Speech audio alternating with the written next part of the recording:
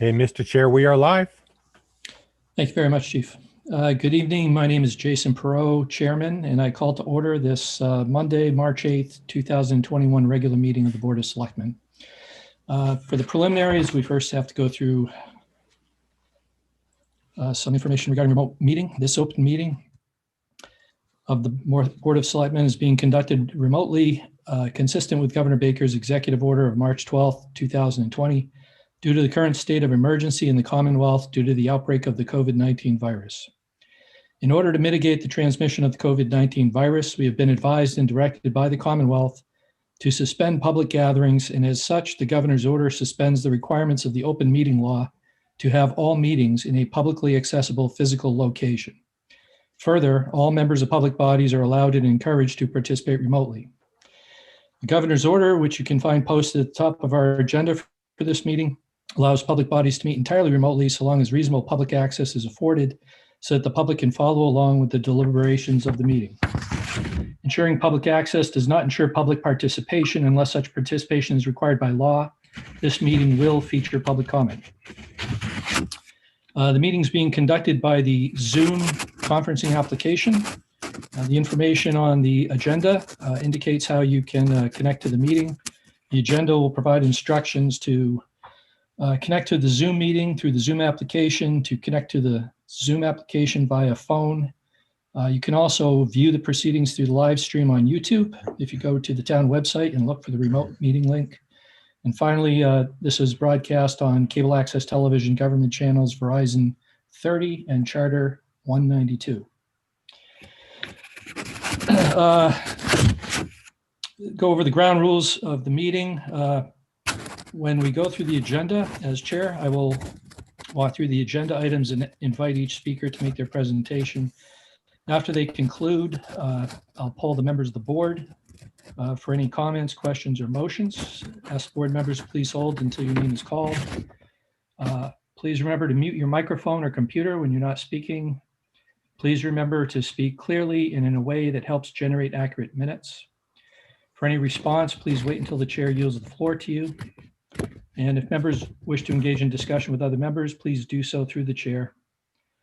I will go through the provisions for public comment when we reach that item on the agenda. And finally, each vote taken in this meeting will be conducted by roll call. Next, I'd just like to go through and check the connectivity for each of the participants in the meeting. My name is Jason Perot, Chairman of the Board of Selectmen. Tim Kalin, Vice Chair, please acknowledge with a voice. Present. Leslie Rattan, Clerk. Present. Julianne Hirsch, Member. Present. Scott Rogers, Member. Present. And we also have town staff members, Town Administrator John Coder. Present. Assistant Town Administrator Becca Meekins. Present. Public Works Director Scott Charpentier. Present. Police Chief William Liver. Present. And Fire Chief and Zoom host David Parenti. Present.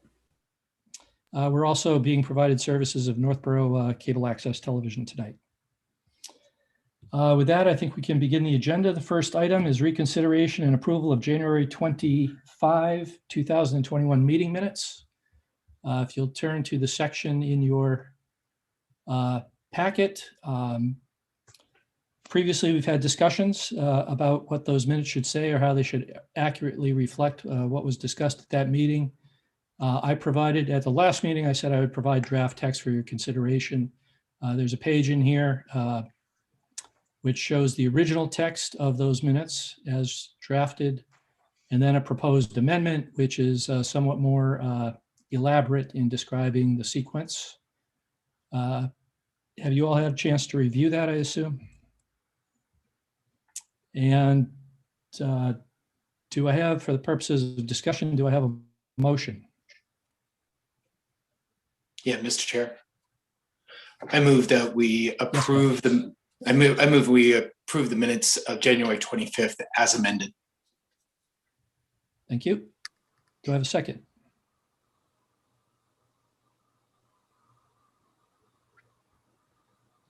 If anyone's speaking, I'm not hearing it. Do I have a second for that motion?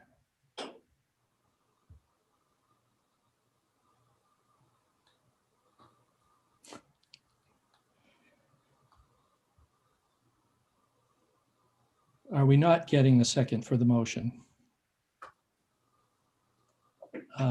Leslie, Tim, Julianne, would anyone care to offer a second to the motion for purposes of discussion? I'll offer a second for purposes of discussion. Thank you. Moved by Scott Rogers, seconded by Julianne Hirsch, and any discussion? Julianne? Well, I'll go first. Well, first of all, thank you for doing this and doing a very detailed correction. I agree with everything up until the last sentence, where it says, after you made the statement that what we had voted on, when you summarized the vote, and you included the Traffic Safety Committee going to MPIC, at the end you said no board members voiced disagreement with that statement.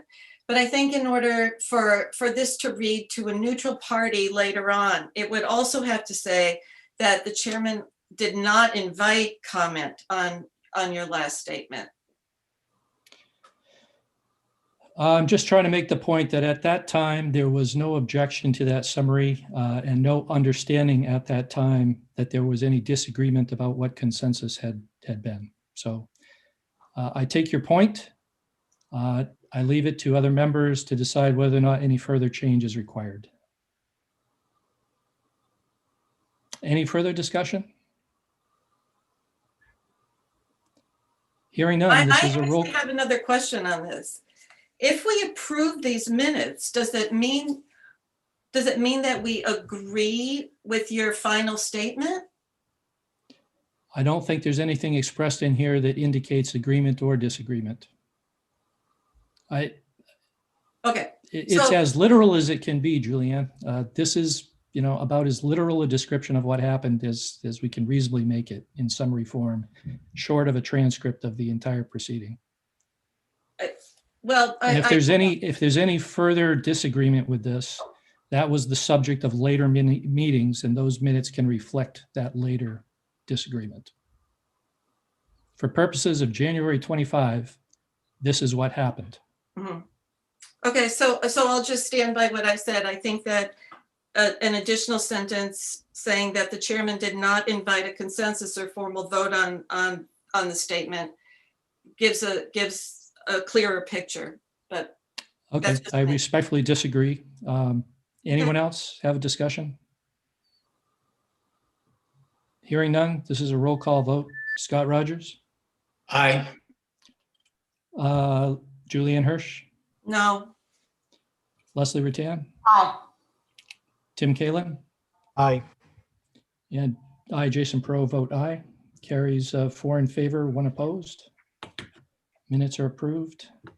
Next up is the approval of the February 22nd, 2021 meeting minutes, which is also included in your packet. Any discussion about that? No, Mr. Chair. Yes, Scott. I move we approve the meeting minutes of February 22nd. Second. Motion to approve the minutes by Scott Rogers, seconded by Leslie Rattan. Any further discussion? Hearing none, this is a roll call vote. Scott Rogers. Aye. Julianne Hirsch. Aye. Leslie Rattan. Aye. Tim Kalin. Aye. And I, Jason Pro, vote aye. The minutes are approved unanimously. If I can get back to the top of my agenda. Next up, I will first look for the attendees and bring them in. Oops.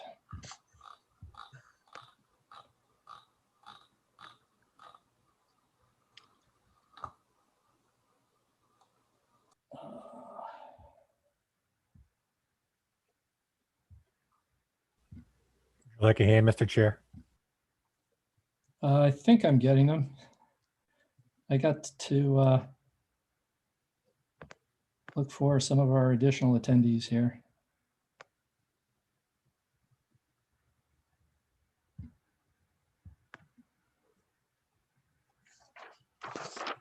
I believe I have, I'm sorry.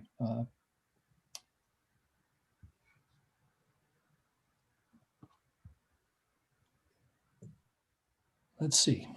I'm looking around the room. I think we have everybody at this point. So thank you all for your patience. I will introduce the agenda item. It's past the hour of 7 o'clock. We have discussion regarding Northborough legislative priorities with our legislative delegation. We have Senator James Eldridge, Senator Harry Chandler, Representative Danielle Gregoire, and Representative Meg Kilcoyne. Joining us additionally is Superintendent Greg Martineau and school committee chairs. And I'm sorry, I think I might have you backwards. Keith LaBelle for K-8. Is that correct? Yes. And Joan Frank for Regional School Committee. If I could, folks who just joined us, I'm just going to quickly walk through to do a sound check. When I call your name, could you please unmute and just give me an acknowledgement? Senator Eldridge. Here, thank you. Senator Chandler. Present. Representative Gregoire. Hi, everyone. And Representative Kilcoyne. I am here. Thank you. Thank you. Superintendent Martineau. Good evening. Regional School Committee Chair Joan Frank. Good evening. And K-8 School Committee Chair Keith LaBelle. Present. Good evening. Thank you. Great. Thank you all very much. This is an annual gathering with our legislative delegates where we discuss some of Northborough's priorities. We previously drafted the statement of those priorities and had those delivered in advance to our delegation. What I'm going to do at this point is kind of turn it over to Town Administrator John Codere to kind of walk through the letter, and we can have the conversation with our delegates about some of these priorities. So, John, would you care to start? Yes, thank you, Mr. Chairman. First of all, thank you all for taking time out of your schedules to come meet with us. We greatly appreciate the attention that you always show the town of Northborough. Just for anybody that might be viewing at home, the letter that we're going to be referencing is available on the town administrator's webpage. So if you want to click on that, you can find and follow along at home. First of all, I want to do something a little bit different this year. Normally, I go through the letter, hitting our top priorities and explaining a little bit about the process that we went through to put this together for you. Well, let me just start with this. It's a collaborative process. All departments, obviously, partner with the school administration and the school committees. Our task here is really to put together a shortened list of priorities. I know you have thousands of pieces of legislation that are flowing across your desk. So what we want to do here for you is make it easy and really kind of boil it down to a couple of really important items for us and a few secondary things that are critical to us as well.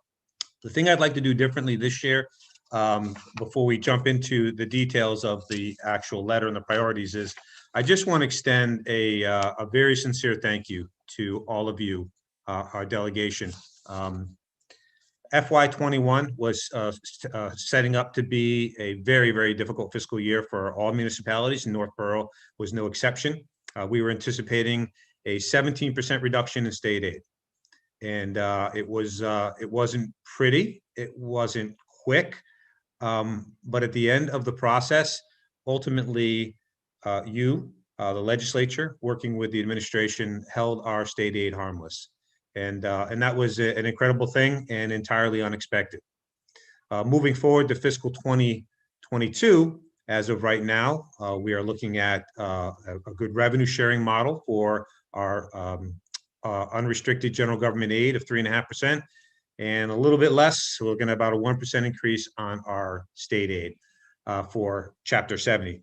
Now, just go back 12 months prior, I would not have anticipated that we would have come out as well as we did with our local aid for 21, nor would I have thought we'd be in as good of a position as we are in 2022. So before we start asking you for things and telling you all the areas where you can improve and help us out more, I think it's important to thank you for what you delivered to us in hand for fiscal 21, because it was nothing short of almost a miracle that we all came out as well off as we did. And I know it allowed us to maintain our services and it allowed our residents not to deal with an overly large burden of a tax increase for 21. So with that, very heartfelt thank you. I'd like to jump into our letter. So the way we've done it and the way it's structured is there's two top priorities that I want to spend a little bit of time talking to, and a few secondary ones that we can chat about afterwards. The number one priority should be no surprise to you. It's been in our top three for the last 4 or 5 years, and that is Chapter 90, transportation aid. So we know the state, the governor has already authorized a $200 million Chapter 70 appropriation for fiscal 2022. We are really seeking and have been seeking for years an increase to that of 300 million statewide. And the importance of this Chapter 70 for those at home, transportation aid, that's what we pave our roads with. We deal with our infrastructure, our sidewalks. Probably the biggest request that we get as a municipality is the quality of the roadways, additional sidewalk requests, and just infrastructure in general. Just to put this in perspective, the town of Northborough needs to spend at least $1.1 million a year in order to maintain our current level of roadway rating. And our rating right now is about a 73.5. That's on a scale of 0 to 100. So we measure it. We know exactly where our roads are. And we know if we spend less than $1.1 million that the overall grading of our roads will deteriorate. So we have asked, and I know this is difficult, but unlike an operating budget, this is a bond. Obviously, the cost of that bond will have to be worked into the state's operating budget. But the key factor here for us is if you fail to take care of your roads, it costs 3 to 4 times as much to fix them after the fact. And it's absolutely critical. Infrastructure investment is absolutely critical. It's critical for Northborough, and it's critical for the state across the board. We did have 1 year where state Chapter 90 funds were moved to 300 million statewide, and then it came back. It was disappointing to see it come back, but it's so critical to so much of what we do. That is our top priority. The second major priority that I want to discuss is the topic I already broached, and that is just state aid in general.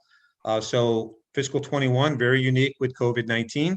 2022, we're in a kind of a recovery situation, trying to get back to whatever the new normal is going to be. But within that category, we're talking about Chapter 70, which is education aid. Off-budget items that don't appear in our state aid, but are absolutely critical to our operations, particularly for the schools. And that's the special education circuit breaker funding and regional transportation reimbursements. Both these have been sort of chronically underfunded, and it's very difficult when promises are made by the state to go into things like a former regional school with the intent of transportation being 100% reimbursed and it never being funded. The superintendent is here. I know he can also speak to the impacts of the Student Opportunity Act as a minimum aid community. We're probably looking at very little increase in our Chapter 70. 3/4 of our state aid is Chapter 70 education aid. That's only going up 1%. To put all of this in terms of the need for additional state aid, as a percentage of our operating budget in 2003, state aid was over 13%. Today, it hovers around 8%. It's been on a steady decline. And it's mostly because education aid has not kept pace with the rate of inflation or the rate of budget increases. And so as a percentage of the budget has continued to decline. So we would like to have a conversation with you regarding those key aid accounts, Chapter 70, as well as circuit breaker and regional transportation. Those are our two top issues. Beyond that, we're hoping that the legislature will continue to enact or keep in place some of the flexibility for remote meetings and participation that we put in place temporarily during COVID, the COVID pandemic. We are hoping that funding for additional environmental and climate-related infrastructure needs continues to be a priority. And then last but not least, we hope that you will all support one more try with the town's agricultural composting bill that we've had two passes now through the legislature and up to the governor. Has been unsuccessful. It continues to be an issue, has not gone away, and we're looking for your support. I know that I thank Senator Harriet Chandler for filing that legislation again for us, but we'd be looking for our entire delegation support on those matters. Last but not least, I do also want to acknowledge, and in the packet for the Board of Selectmen this evening is a letter from all of our members of our delegation in support of the Metro West Regional Collaborative. This is the town of Northborough working with Ashland, Boylston, Holliston, Hopkinton, Southborough, and Westborough to do regional vaccination clinics. You know, we've been running our own clinics. We've been in touch with you. The administration has made the decision that they're no longer going to support local clinics and are moving to mass vaccination sites and regional collaboratives. We have formed a regional collaborative, but it's unclear if the administration is going to look favorably upon that and actually send us any vaccine to actually move forward. So your support in the letter that you wrote, again, thank you very much for that. It's nice to know that you are behind us on these clinics and you have been supportive of our efforts from the very beginning. So I've done more talking than I should have, but it's important for folks at home to have the context of these discussions. And with that, I'll turn it back over to the chairman. If there are any questions with regard to the specifics contained in the letter, I'm certainly happy to answer those as we move forward. Thank you. Thank you very much, John. I'd also like to just ask Superintendent Martineau if he'd like to add any comments from his perspective. Sure. I'd just like to echo Town Administrator Kader's opening remarks and thank you for your advocacy. It's been an extremely challenging year for everyone. And I do talk about the pandemic being an equal opportunity pandemic. Everyone gets to play the game. So we truly appreciate your advocacy in terms of the Student Opportunity Act, circuit breaker, regional transportation, but also making sure that our educators are prioritized in terms of being vaccinated. That's been a huge help and support with the most recent news from the governor. I think John outlined the legislative priorities for the school districts very well in his memo. The Student Opportunity Act, circuit breaker, regional transportation reimbursement are the areas that I think are essential as we look at preparing for the FY22 budget. Thank you, Greg. I'd like to invite comment from our delegation now. Maybe I'd start with you, Senator Chandler. I wonder, Mr. Chair, if you would be better off starting with the representatives, since they probably have already had their meeting with the chair of Ways, their chair of Ways and Means. Very good. I'll be happy to do that. Yes. Okay. I mean, I'd be happy to go first, but I think they've already been to a place that we have yet to go to. But we'll get it very shortly. Very good. Thank you very much. I appreciate that. Let's pivot and start with Representative Gregoire. Sure. I actually haven't had my meeting with Chairman Michaelwitz yet, but that doesn't necessarily mean we don't know where we're headed. So the first thing I want to point out is, John, the governor's transportation bond bill is being heard tomorrow, the 200 million. So I'm happy to maybe coordinate the delegation and submit some testimony whereby we ask for the 300 million. I do think it's probably not the best year for it. I hate to, be the bearer of bad news. And certainly having been working with some residents in town over the last 6 to 9 months regarding some traffic safety issues and some of those things, we're certainly interested in helping the town move forward in the best and most efficient way possible for you and for the residents. And we certainly want to help in any way we can. I did have a chat to Chief Liver quickly at the vaccine clinic that day. Representative Kilcoyne and I visited, and he and I need to circle back with him because he had some ideas for budget asks that I could make specifically on behalf of the town of Northborough when that time does come. So I'm happy to do that. So hopefully maybe even if we can't get to the $300 million mark, we can maybe fill some of the holes, pardon the pun, with some budget money. And I'm happy to, take the lead on that and work with you all on that. Let's see, what else? sorry, this is really weird. I haven't done this yet. This is really weird for me to do this way.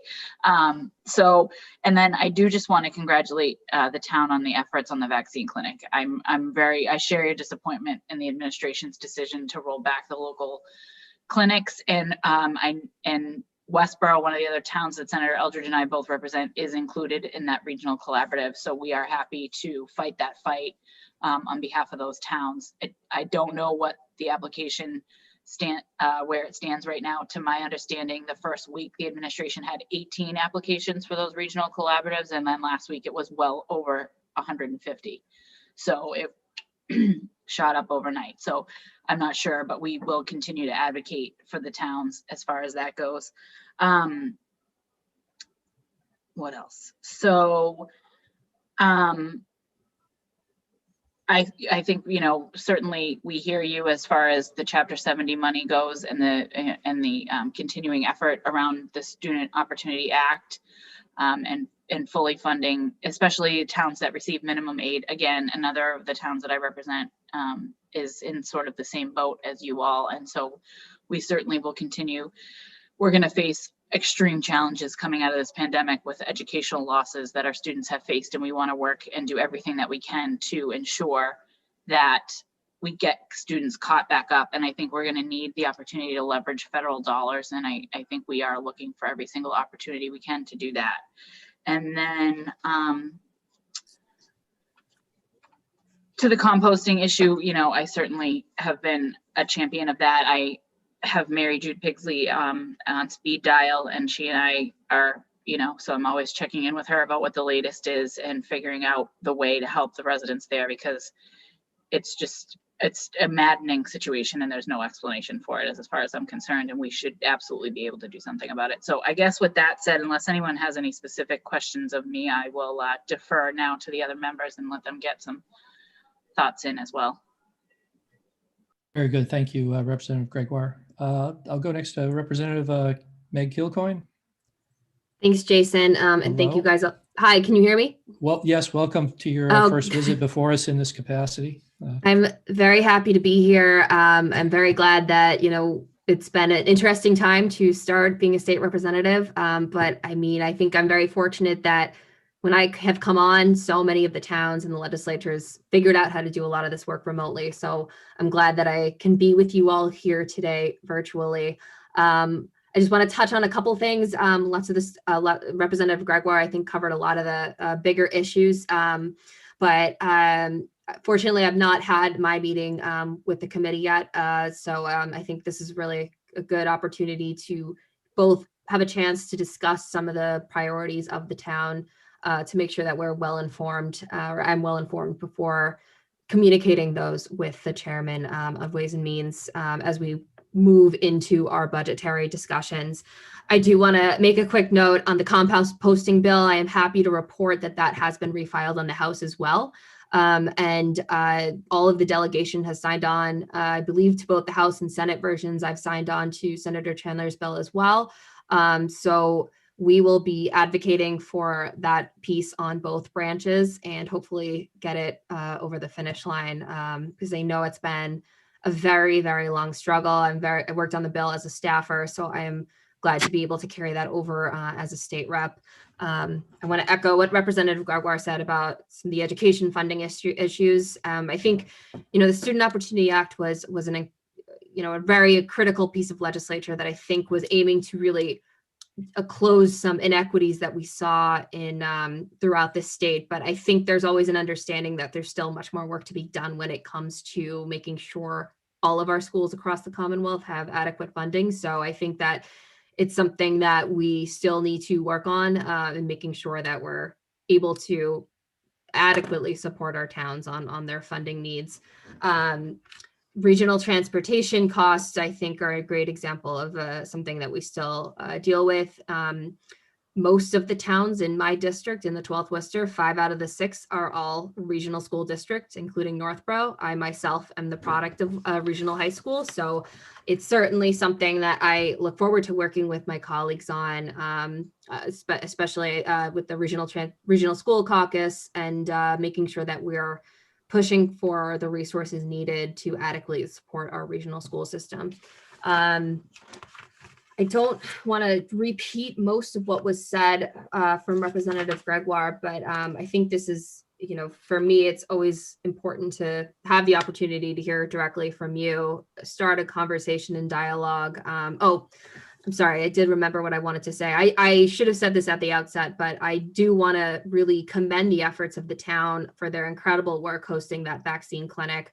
I am so grateful that I had the opportunity to visit.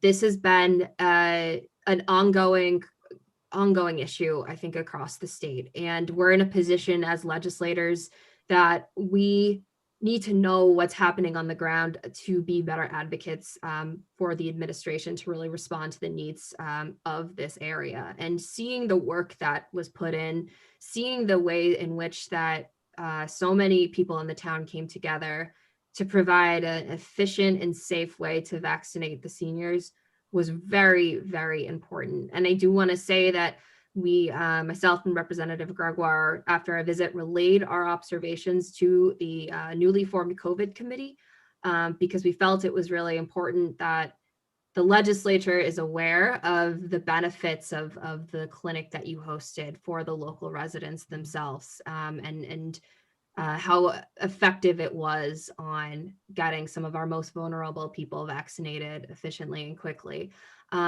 This is still an ongoing issue. The legislature is, I think, really trying to take a more proactive effort in holding the administration accountable and getting information more publicly and more readily, so we understand what's going on.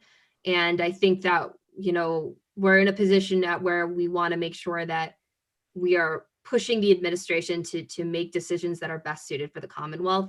And being able to see that work in action helps us do our jobs better. So I'm just grateful that I had the opportunity to learn about the work you were doing. And I think, I'm hoping that it'll make a difference both for Northborough, but for the Commonwealth as well. I think that it's safe to say that there are many, many other communities throughout the Commonwealth that want a more local and regional approach. And I'm hopeful that we can move in that direction. And we're going to continue to advocate for that. So, so just thank you so much for sharing that with us. I'm sure, it was very important and very critical. And yeah, I think that pretty much sums it up. And I will defer now to the Senate delegation, and I'd be happy to answer any more questions as the night progresses. Thank you very much, Representative Kilcoyne.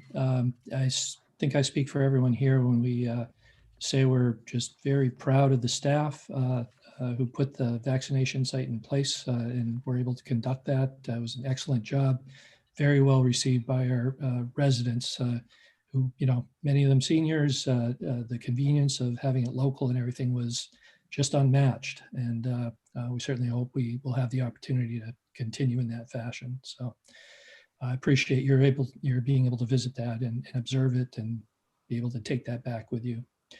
I'll continue from right to left on my screen, come to Senator Eldridge. Great.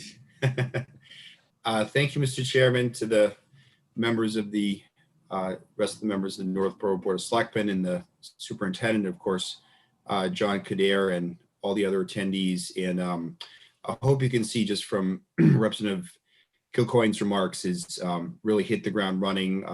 In addition to attending that Northborough vaccination clinic, I know at other events, whether Northborough or regional events, she's just come to everything, and of course, has a great amount of experience having worked for former Reps of Naughton for many years. So it's a once again a very strong delegation, and I want to echo, in addition to what she said, Representative Gregoire commented on some of the top budgeted priorities, and what Representative Gregoire noted on the Chapter 90 authorization is, hopefully, her knowledge in that in part is because she's now the House chair of the bond, or the chair of the House bonding committee. So in a really good position to advocate for Chapter 90, which we know is so important.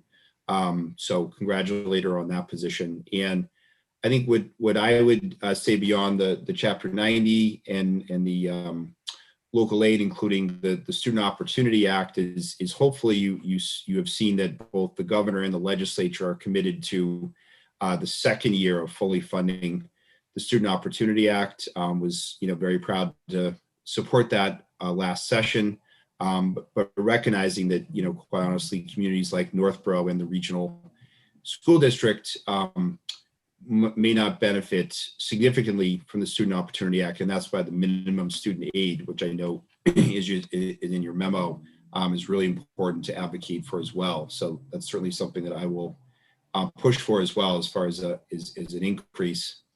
In addition to regional school transportation and unrestricted local aid, I just noting that you are highlighting environmental and climate related infrastructure needs. And I know that the town of Northborough got a MVP municipal vulnerability preparedness grant 2 years ago. And I sat in on the charrette in Northborough, which I thought was terrific. Governor Baker has continued to prioritize that funding. I just sort of wanted to highlight that I do think all communities would benefit from a dedicated revenue source. And so one of the bills that I have filed, which is known as the HERO Coalition Bill, Housing Environment Revenue Options, is a deeds excise fee, half of which would go to climate resiliency and half would go to affordable housing, which I know is another issue that Northborough is tackling. So that, I'm hoping to advance that legislation to get more money for climate resiliency and environmentally related infrastructure needs. So appreciate you prioritizing that in your letter. The flexibility around COVID-19, our ability for the board to have this virtual meeting while following, open meeting laws is really critical. So, I think there's a strong commitment from the legislature to continue that, and sort of related also to continue the voting reforms that we did, the allowing for mail-in ballots. And so I think that's something that the House and Senate is looking to tackle soon, because that the mail-in voting seemed to be very popular with a lot of voters. And then just looking at some of your other priorities, I really appreciate the town prioritizing equity and diversity. Many of the communities that we all either represent together or separately appreciate the focus on diversity, equity, inclusion committees, and your support for the governor's funding of the Black Advisory Commission and the Latino Advisory Commission. Really appreciate you prioritizing that, and those are things that I'll prioritize as well, whether we're talking about police reform or encouraging more racial diversity in each of our communities. So that's very important as well. And I won't go through every list, but every item, but I do want to highlight and thank the Senator Chandler for filing the agricultural composting bill. And it's great to know it's been filed on the House as well. We've almost gotten that to the finish line in a couple different sessions. So fully support that. And hopefully, that now the Environment Committee, the House chair of the committee is Representative Carolyn Dykema from Holliston, who also represents Southborough and Westborough and Hopkinton. So a Metro West chair, I think, is going to be terrific on environmental issues. And so that's certainly something that I will prioritize with her. So thanks so much for having us. Look forward to any questions, and appreciate all that Northborough is doing. And hopefully you see we continue to have a very strong delegation. So thanks very much. Thank you very much, Senator Eldridge, which brings us back to Senator Chandler. I guess I was very wrong in saying that the House had already gone ahead of us. My meeting is not until next week, so I figured if I'm not until next week, that they must have been finished by this time. Before I begin, I want to welcome Representative Kilcoyne to this group. As we've said already, she's a strong new member, and I think she will do Representative Naughton proud. and do the town of, to do this district proud. So I'm delighted to have her join us as well.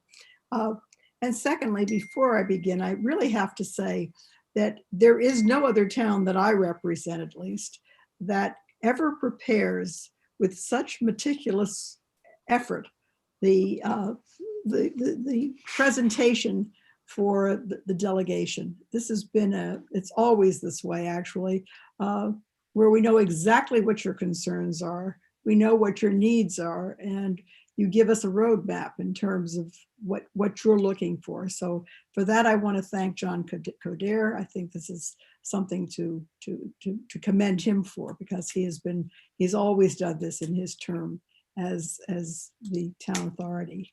I'm going to go through the same things that everybody else has gone through. I'm sure I'm not going to have that much of a difference in where I'm going. We've been looking at this chapter 300 million, chapter 90 authorization for 5 years. And for 5 years, we've watched the governor allocate $200 million, and we just keep going back. And I think that's what we have to really do, continue to do. I'm a member of the Transportation Committee, and so this is of grave concern to me as well. And I, therefore, even probably more than most people, I appreciate the strain this has put on your transportation budget and our deteriorating infrastructure. Long-term, we need to find a funding solution for our infrastructure needs. And the current revenue structure for the Commonwealth just cannot support large increases in infrastructure spending. But that's why I'm excited that the legislature passed a very substantial transportation bond bill at the end of the last session, and that we are poised to explore significant new transportation funding streams in this legislative session. I will be present tomorrow as a member of the committee to hear the bill that is before us. I think it's an important issue.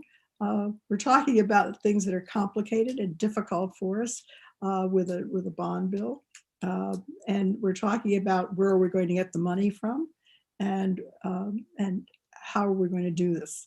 So I would appreciate your feedback on what you would like to see prioritized for transportation funding as the Senate begins to consider our own version of these bills. It's really quite important that we understand what you see as your priorities. You're among the towns that I speak of as the central mass towns that you can't get from here to there very easily. And roads are really very, very important. So what do you value as your priorities? That's really very important. And the way that I can respond is to know what you think about this. Please make sure to get in touch with my office. You have all the information you need to get in touch with me. We need to hear from you. Chapter 70, the Student Opportunity Act and minimum age. I was really proud to support the Student Opportunity Act to provide what was much needed and what it still is much needed funding to school districts across the Commonwealth. It represents a significant investment, and we expect every community to end up net positive as the funding builds up in each budget over the next 7 years. I do understand your concern about raising minimum aid. And while we did just address a significant schools funding package, I will do what I can to continue to advocate for increased minimum aid. I'm in agreement with you about the special education circuit breaker that should be funded at 100%. I have discussed this with the Senate Ways and Means Chair and encouraged the chair to make this a priority for the Senate, and I will do so again when I have my meeting with him next week. Regional transportation reimbursements. I support efforts to reimburse transportation costs for regional schools. I have 3 schools in my district, 3 regional schools, and this is a problem for each of them, and something I have tried to address in the past. I will continue to support increasing this critical account and continue to advocate for a higher funding allocation. Actually, I I should mention something at this point, and that is, we have a mascot bill that is that we're involved in, and Algonquin High School has a mascot issue. I would be very interested in hearing what the superintendent or anyone else has to say about this, because it looks like, I don't know what it looks like, but it looks like we want to get rid of these mascots that have derogatory sentiments about our Native Americans. And so please let us know how you feel. This is really important. I think you may be my only school that has that precise issue that is so clearly etched in your case. Unrestricted general government aid. I understand the importance to our local communities of continuing to allocate sufficient unrestricted local aid, particularly as we head into the year facing continued financial uncertainty. We don't know where we're going with this in terms of money. I'm always surprised, maybe I shouldn't be so surprised, that we've done so well financially under these terrible circumstances we've been in. But we have.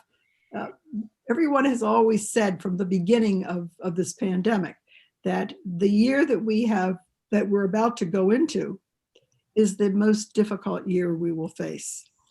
I'm not sure what that means. I don't know just how difficult that is going to be, but clearly we're about to find out. And there's a large package, the stimulus package that's coming, that will help us somewhat, but how much, we don't know. We're really dealing with somewhat uncharted territory here. And I would be happy to confer with, and I know the members of the delegation feel the same way. They'd be happy to confer on this issue with you. Environmental issues. Last session, the legislature took a bold step to address climate change and passed the climate policy roadmap again this January. I know the Senate is committed to seeing this issue through, and we will continue to advocate for the support municipalities need to implement changes. I also recognize the need for resiliency as well as continued development of our water systems, both of which are important for me and for the Senate. I think what you've done with COVID is remarkable. And I should say right here that I am not very proud of the way our COVID vaccination issue has been handled. I think it's been a change every other day, and I think it's been very difficult for everyone concerned. We currently have a bill before us to ensure that the existing accommodations are extended through the end of the pandemic. And I will continue to advocate for local governments on this issue. I'd like to jump to the issue, excuse me, the issue of the bill that I seem to have dealt with for the last 3-4 years. Is it, John? I mean, 3 years. Yep. 3 years. I mean, we've kept going. And the person that we can really turn to and say, how are we doing, is Select Member Hirsch, who lives in the neighborhood and who I think maybe as a result of her involvement, maybe became so involved that she ran for the select board. And I think that was a good result of the composting. Maybe the only good result of the composting. This is the third year we filed the bill, where we want to make sure that the citizens of Northborough are able to enjoy their property free of potential health hazards and threats to their quality of life. We couldn't have asked for a better partner than Town Administrator Coderre. He's been an incredible advocate. He's been more than a partner in this effort, and we continue to be in regular contact about it with him. I must tell you, if it were up to him and his work alone, we would have finished this and won long ago. Unfortunately, politics became an important piece to this, and that is unfortunate. The governor vetoed our legislation in the last session. I am hopeful that that won't happen again, but we're going to have to work to make sure that it doesn't.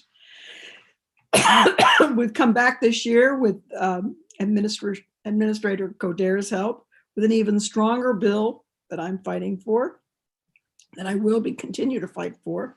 And we will continue to keep the town up to date on what is happening. And we're going to need your help because you're going to need to show your support. So with that, I'm going to end and be happy to answer any questions you have. Thank you. Thank you very much, Senator Chandler. At this point, I think I'll ask the members of the board if they have any questions. You're in view, so you can just raise your physical hand and I'll be able to acknowledge. Leslie Rattan. Hi, thank you everyone for being here. This is always a good meeting when you're all here and able to express where you stand on some things. And I do want to thank John as well for all the work that he puts into this priorities letter. It's always very well put together and very effective, and he hands it out, distributes it well ahead of time so we all know what's in it, we can digest it, and then he gets it to you. So I think it's a great endeavor on his part to do that. So thank you, John, for doing that. Question about the local clinics. I know that it sounds like there is the push for the state to centralize as much as possible. And I guess my question is it really realistic to hope that it might again come back to local clinics as there's more of a vaccine rollout and there's so much vaccine out there that it's easy to distribute? Or will the centralized clinics be kept because it's a logistical issue, and if it's running smoothly, they will probably just stay in those locations? I think, Leslie, anybody's guess is as good as the next because the governor doesn't tell us anything. To be quite frank with you, I mean, our communication from the administration is so poor. I have to wait for my 888-777 text messages every day to find out when the governor is going to go on TV and schedule my day around it so that I can see what he's going to say and then try to communicate that to folks. B, I think that the interest in the regional sites was sort of as a result of all of the towns like Northborough that had set up their sites and then all of a sudden got them taken away, and interest in keeping them local. And I think some of the proposals are competing with one another. I have been told now for over 2 weeks that any minute now the Marlborough site in conjunction with UMass Marlborough Hospital will be up and running. Physically, they are up and running and ready to go at the Courtyard by Marriott in Marlborough, but to the best of my knowledge, have not yet been approved. But earlier today, I was told that it had been approved, but there were no appointments available. So I'm still trying to get to the bottom of that. And I believe it is at this juncture, the DPH's intention to not locate multiple local mini mass vax sites near one another. So the existence of the Marlborough site may in fact disqualify the Northborough, Westborough, other town application. The good news then is that the folks in Northborough will only still have to come to Marlborough to get their vaccine. It's not ideal. It's not what the town wanted. It's not what we wanted and advocated for, but it's still better than having to have folks going to Gillette Stadium or Fenway Park. So I think that's where we are right now. It's not definitive. The DPH has not yet declined that application of your collaborative, but we've been all but told that they are going to politely decline. So I think that's where we are.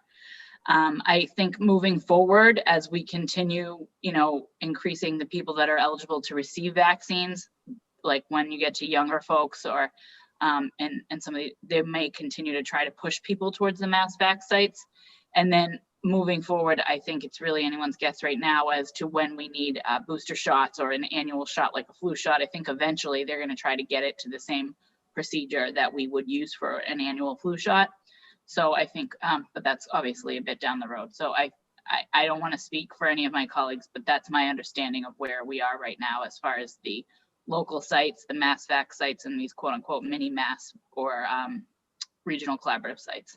Okay, I appreciate that information, and I do see a lot of comments from people who are obviously very hopeful that it will be back here in Northborough, but I didn't know whether that's really a realistic hope at this point. Once these mini sites and larger sites get set up, are they really going to unwind from that and spiral it back out to local? So, okay, thank you very much.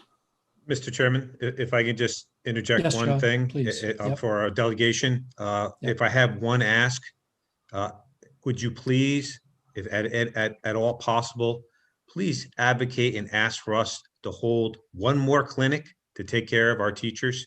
We're asking our teachers to face students in person. They have varying degrees of health issues like everybody else. We want them face to face. They want to be face to face. They need to be vaccinated. But the only way that's going to happen is if we are able to do it efficiently and effectively. If they're able to be vaccinated, give us the vaccines. We'll run a clinic and we'll take care of our teachers. If we can't have our clinic back to take care of all of our residents, if there's any middle ground at all for you to advocate for that, that would be greatly appreciated. We stand ready to do that. We were hoping to be able to do that. If there's any chance or possibility at all, please speak loudly for that on our behalf. We would greatly appreciate it. Thank you, John. John, and we are all advocating for that. And I know at least on the Senate side, Senate President Spilka has been talking to the governor about it. So, I think we're all on the same page of that, but I appreciate you raising that up. Great, thank you. Any other board members with questions? Seeing none, I'll just ask a quick question. This kind of carries back to the Chapter 90 funding and just the general notion of roadways and infrastructure. With the change in the administration, do you foresee any additional assistance at the federal level coming in support of that? Well, I am hopeful that that will happen because the assistant administrator, assistant highway administrator, is our own former Secretary of Transportation. So I would imagine that if there's ever a chance to get it, we will probably at least be dealing with someone who knows Massachusetts and knows our highway issues very well. That's, I think, a plus for us. I think it definitely will be a plus. Thank you, Senator Chandler. I'd like to go to Superintendent Martineau or the school committee chairs. If they have any questions, you can just raise your hand. So just a comment on Senator Chandler's legislation on the mascot, requiring the Department of Elementary and Secondary Education to create regulations around not using Native American symbols, epithets for logos. So as you know, Algonquin Regional High School has a logo that symbolizes a tomahawk. The school committee did ask me to lead a study group looking at the impact of the tomahawk as its mascot and logo. So that committee has been doing its work very diligently over the course of the past 6 months, and will be making a final recommendation to the school committee in April. I do support the bill. I do support the legislation, and specifically some of the language around how to support funding to phase out a mascot, because as you know, it's not something that can be done in one fell swoop. It needs to be over a period of time as not to burden the entire budget of the regional system. So I am in full support and believe the committee is as well. Thank you, Greg. Very much. That is a help for us to know that. That is a big help to us. Yes, Regional School Committee Chair Joan Frank. Thank you, Chairman. I would just like to thank the legislative delegation that is present tonight, and thank you for all your support through the years and your endeavors to make sure that you hear all our concerns. I'd like to thank John Credere and the board for the very comprehensive letter that he submitted on all of our behalf. And I would just like to say that every year we really appreciate and we really need the full funding for two areas, definitely the special education circuit breaker and definitely the regional transportation. Through the years, that has been increasing. They did make a commitment when those regional districts were formed, there was going to be 100% to do that. And some years we're only up to about 72%. We'd like to have more of that. That helps us immensely in our budget seasons that have been tough at times. And, we educate every student to the best ability that we can. And our superintendent and his administrative staff does a great job during the budget season. So I'd like to thank all of you for your support. And again, welcome Meg to this first one in the town and many more to come. Thank you very much. Thanks, Joan. I appreciate the welcome. And just to quickly comment on those two items, circuit breaker funding was always a priority for Representative Naughton, and certainly one that I want to also prioritize. And it's certainly something that I will raise with the committee as we start the budget process is a critical item of funding. It's so important to make sure our schools are adequately reimbursed for special education costs. It is a very big part of the finances. And like I alluded to earlier, regional transportation has always been incredibly important, especially at the budget cycle. Like I said earlier, 5 of the towns I represent are 5 out of 6 of the towns I represent are regional schools. So it's something that is critically impactful for our region and something that, certainly needs to be part of the education funding process. Thank you very much. Any further questions? Hearing none. John, do you have any closing remarks? I just want to thank you all for your time and also the time of your staff. They're always very responsive when we call. We know you're busy, but your staff is constantly getting back to us and following up with you, and I appreciate that. And then I would be remiss if I also didn't acknowledge the Assistant Town Administrator, Becca Meekins, for her work in updating this year's legislative priorities letter. It's a group effort. We work with the superintendent's office, we work with all the departments, and then we work with you, and that's the way it's supposed to go, is we're all supposed to work together. So we just appreciate that effort and the collaborative nature of our relationship. And thank you again for your time this evening. Thank you. Thank you all very much. Thank you all for having us. Yes. Very good. Thank you all very much. Appreciate you being here with us tonight.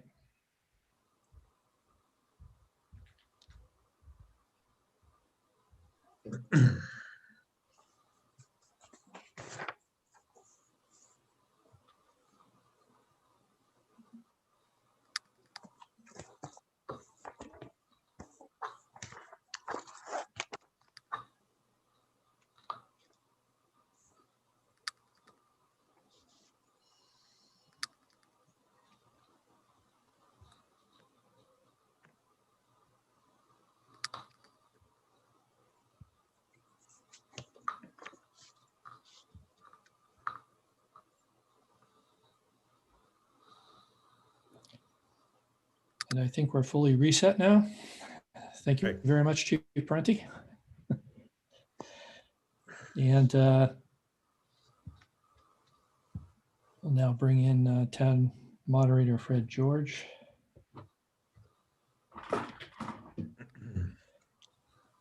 And next item on the agenda, it's past the hour of 7:30. We have Fred George, Town Moderator, discussion and consultation with the board regarding rescheduling the April 26th, 2021 annual town meeting. Welcome, Fred.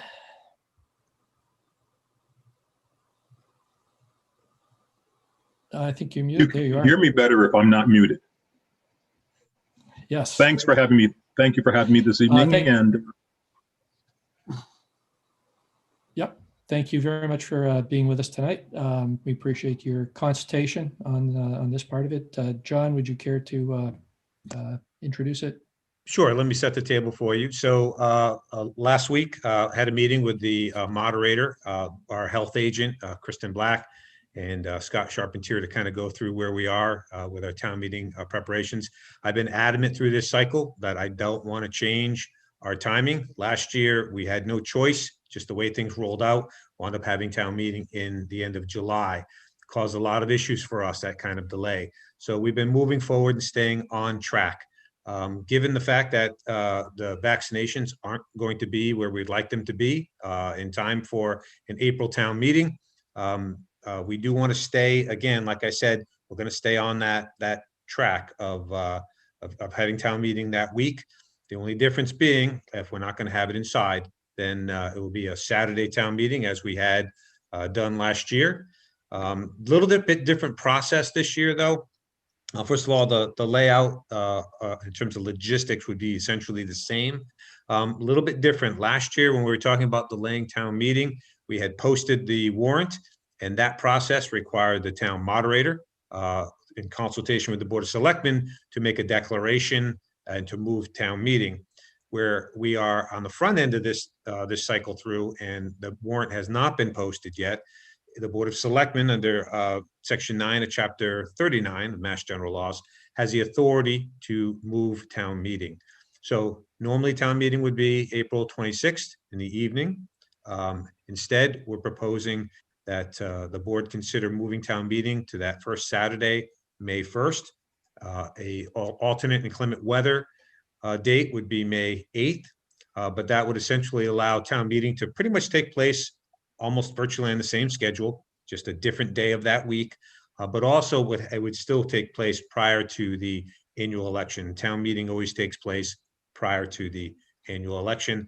This schedule would maintain that. So, so this evening, what's before you for your consideration and discussion is moving town meeting to from April 26th to Saturday, May 1st, beginning at 9 a.m. at the would be at the football field at the Algonquin Regional High School. I've confirmed with the superintendent's office and the regional high school that those dates are available and being held for the board for the board's decision.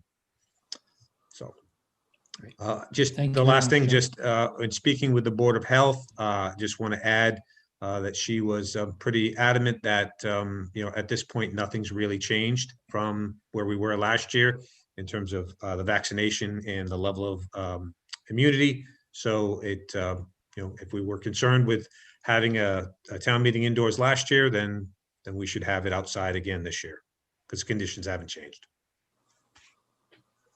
Very good. Thank you, John. Town Moderator George, would you care to present your viewpoint? My viewpoint, based on the meeting that I had with the town administrator, is exactly as it was presented. I think the time frame is less intrusive on the overall calendar for the town. I think the weather should be, at least the temperature should be reasonable. And for those of you that recall last meeting, it was a little bit warm. I think that you know, if the setup is almost exactly as we had last July, things should move fairly smoothly, and we'll be able to get through this process with very little pain. I appreciate from last year the wonderful orchestration that took place, where all of the players, you know, worked as a team, and it was, you know, all but, you know, flawless as far as our ability to be able to have a town meeting, have an effective town meeting, and be able to move forward. Very good. Thank you. Thank you, Fred.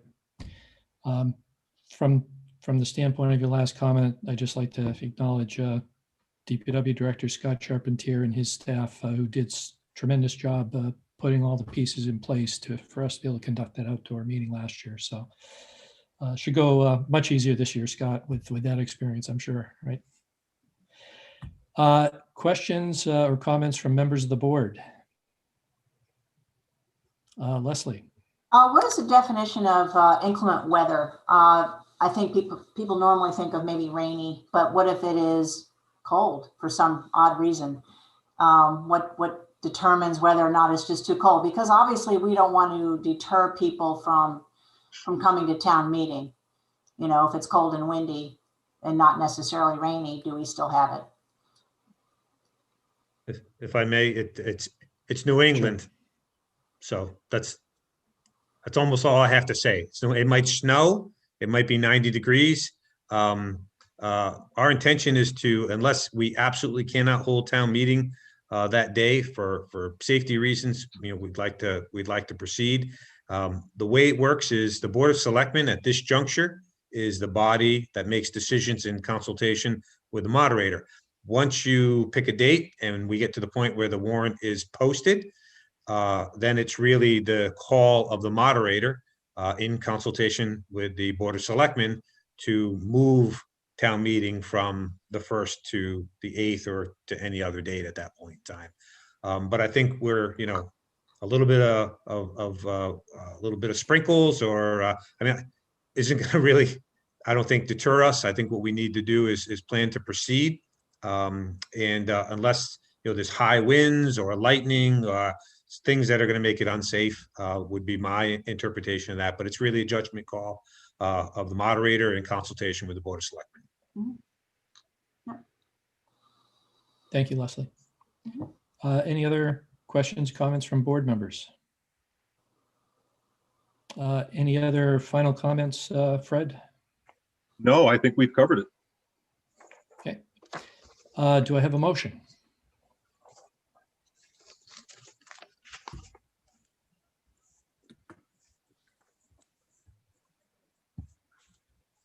Let me be more specific. Do I have a motion, Tim? Yes, sorry. I was pulling it up. I move the board vote pursuant to Section 9 of Chapter 39 of the general laws to delay the annual town meeting from the town bylaw designate date of April 26th, the fourth Monday in April, until Saturday, May 1, 2021 at 9 a.m. with a backup date of May 8th, 2021 in the event of inclement weather, to allow for the holding of the meeting on a Saturday outdoors in order to minimize the risk of transmission of the novel coronavirus COVID-19. Second. I thought I heard a Scott Rogers second on that. Scott, can you nod yes if you were in there? Oh, give it to Leslie. She got it first. Okay, we'll do that then. I have to give you guys some buzzers. Right. Motion by Tim Kalin, second by Leslie Rutan. Any further discussion? Leslie? Yeah, is it helpful or necessary to put the location into the motion? No, it's not necessary. Okay. With that, this is a roll call vote. Scott Rogers. Aye. Julianne Hirsch. Aye. Leslie Rutan. Aye.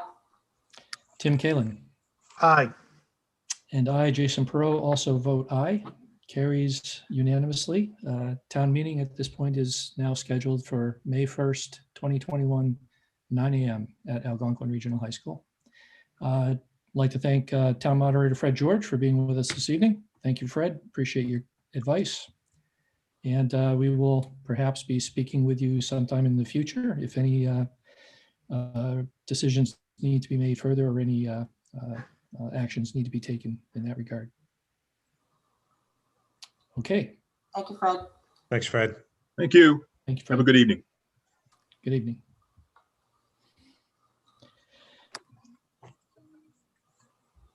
It's now past the hour of 8 p.m.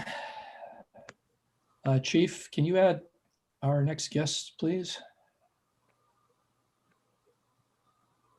Will do. Give me just 1 second. Thank you.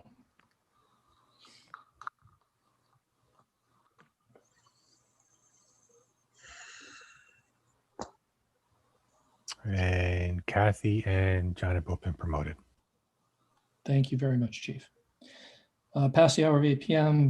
Next up is Kathy Joubert, Town Planner, and John Campbell, Community Preservation Committee Chair, for the presentation on Community Preservation Committee Town Meeting warrant articles and presentation of zoning town meeting warrant articles. Thank you both for being with us this evening. If you could just quickly, just acknowledge by voice, John. Yes, I'm here. Thank you. Thank you, John. And Kathy? Yes, I'm here. Thank you. I'm not sure which order you two would like to take this. I have it listed first as Community Preservation Committee articles. That'd be great. Happy to begin. Okay, very good. Please proceed, John. Thank you all for having me again. It's an honor to present what the Community Preservation Committee has in store for the year. Once again, for Town Meeting 2021. Kathy, did the board get a a letter? Yes, the board has a copy of the memo, John. Yeah, very good.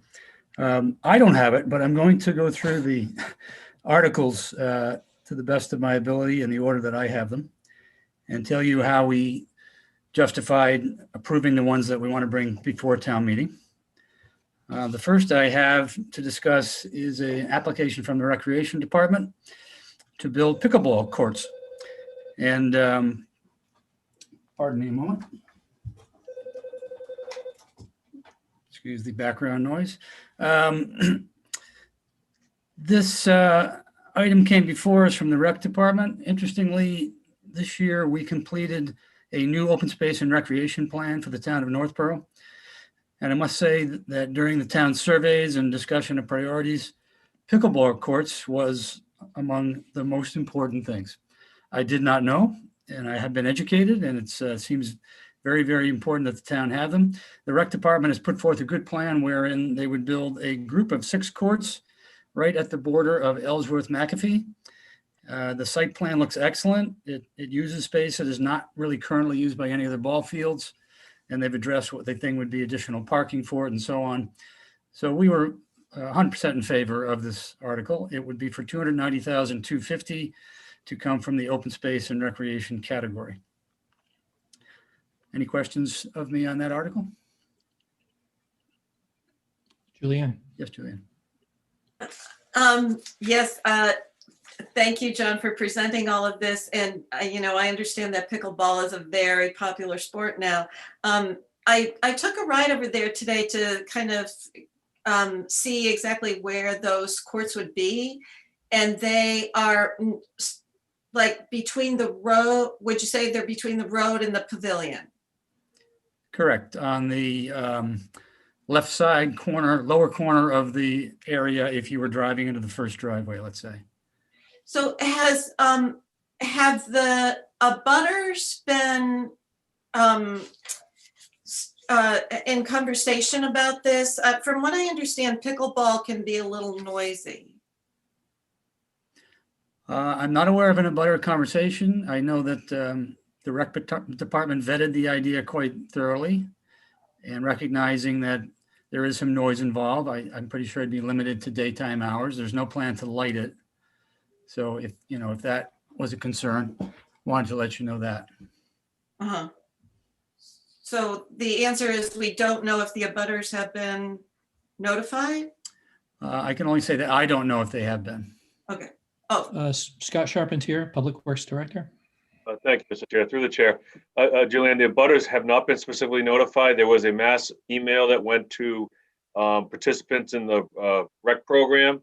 It was posted on the Recreation Facebook page.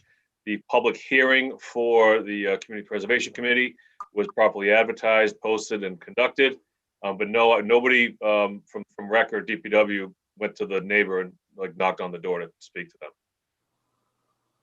well, okay. The only reason I bring it up is that, I am aware of at least one instance in another town where the pickleball courts went in and then there were noise complaints. And, if there's anything we can do to avoid any problems in the future. There are opportunities for vegetative buffers and for screens within the chain link fence. The screens are reflective with the noise. The plastic slats that go within the chain link fabric. Those slats don't just prevent seeing through, but they also act as a reflective for noise. And then behind that, you can put large vegetation to be more absorptive for noise. Okay. All right. Thank you. You're welcome. You're welcome. Leslie? Yeah, thank you very much, John, for being here. As far as parking goes, did you say that parking could be accommodated, or will there be additional parking added somewhere? I know that it was brought up that the area toward the back, I'm going to say to the left of the pavilion, there's parking available back there that many don't know about. So as you first drive in, those first rows of parking around the initial entrance are, of course, the most popular, and that could be impacted slightly, but it appeared from what I saw that the plan was well thought out to add or compensate for parking. Okay, great. Thank you. Thank you, Leslie. If there are no more questions, John, why don't you proceed? Thank you. The next article I want to bring up is a request by the Northborough Affordable Housing Corporation for additional funds to be made available for affordable housing.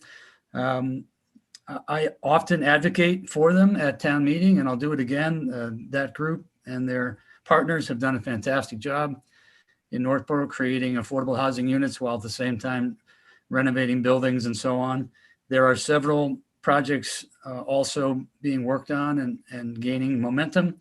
While they are not asking money to build anything specific this year, what they requested was funding that would be added to the affordable housing funding plan, if I can call it that the town agreed to with the NAHC, in that by designating it through the CPA, the funds are available to them, but must be approved individually when they want a disbursement of the money from the CPC and the Board of Selectmen. However, the town controls the funds in our accounts until that time. It's worked very well and taken out any doubts about that the funds are being used appropriately. So this year, their request was actually $50,000. The committee agreed to up it to $65,200 because that represents the minimum this year of 10% that we must spend of new revenue on the core categories of affordable housing, open space, and historical preservation. And again, we feel it's a good cause. If there's no questions, I will continue. Yep. Yes, please. The third article we're going to bring before the town is for the Conservation Fund. $400,000 was requested by the Open Space Committee to be put into the Conservation Fund, consistent with what the town has agreed to do at several previous town meetings. And the Conservation Fund has been an excellent vehicle, allowing us to act on parcels as they become available and work with partners to preserve more land in Northborough for passive and active recreation and reduce development. And we most recently were successful in acquiring some parcels that abut the conservation areas of Mount Pisgah in the north part of town. And the Open Space Committee felt there were a number of opportunities coming up again in the coming years. The Conservation Fund had been brought below 400,000, I believe, with those last purchases. So with this article approved by the town, we would double it and get back toward our stated goal of coming close to $1 million in available money for land acquisition for conservation.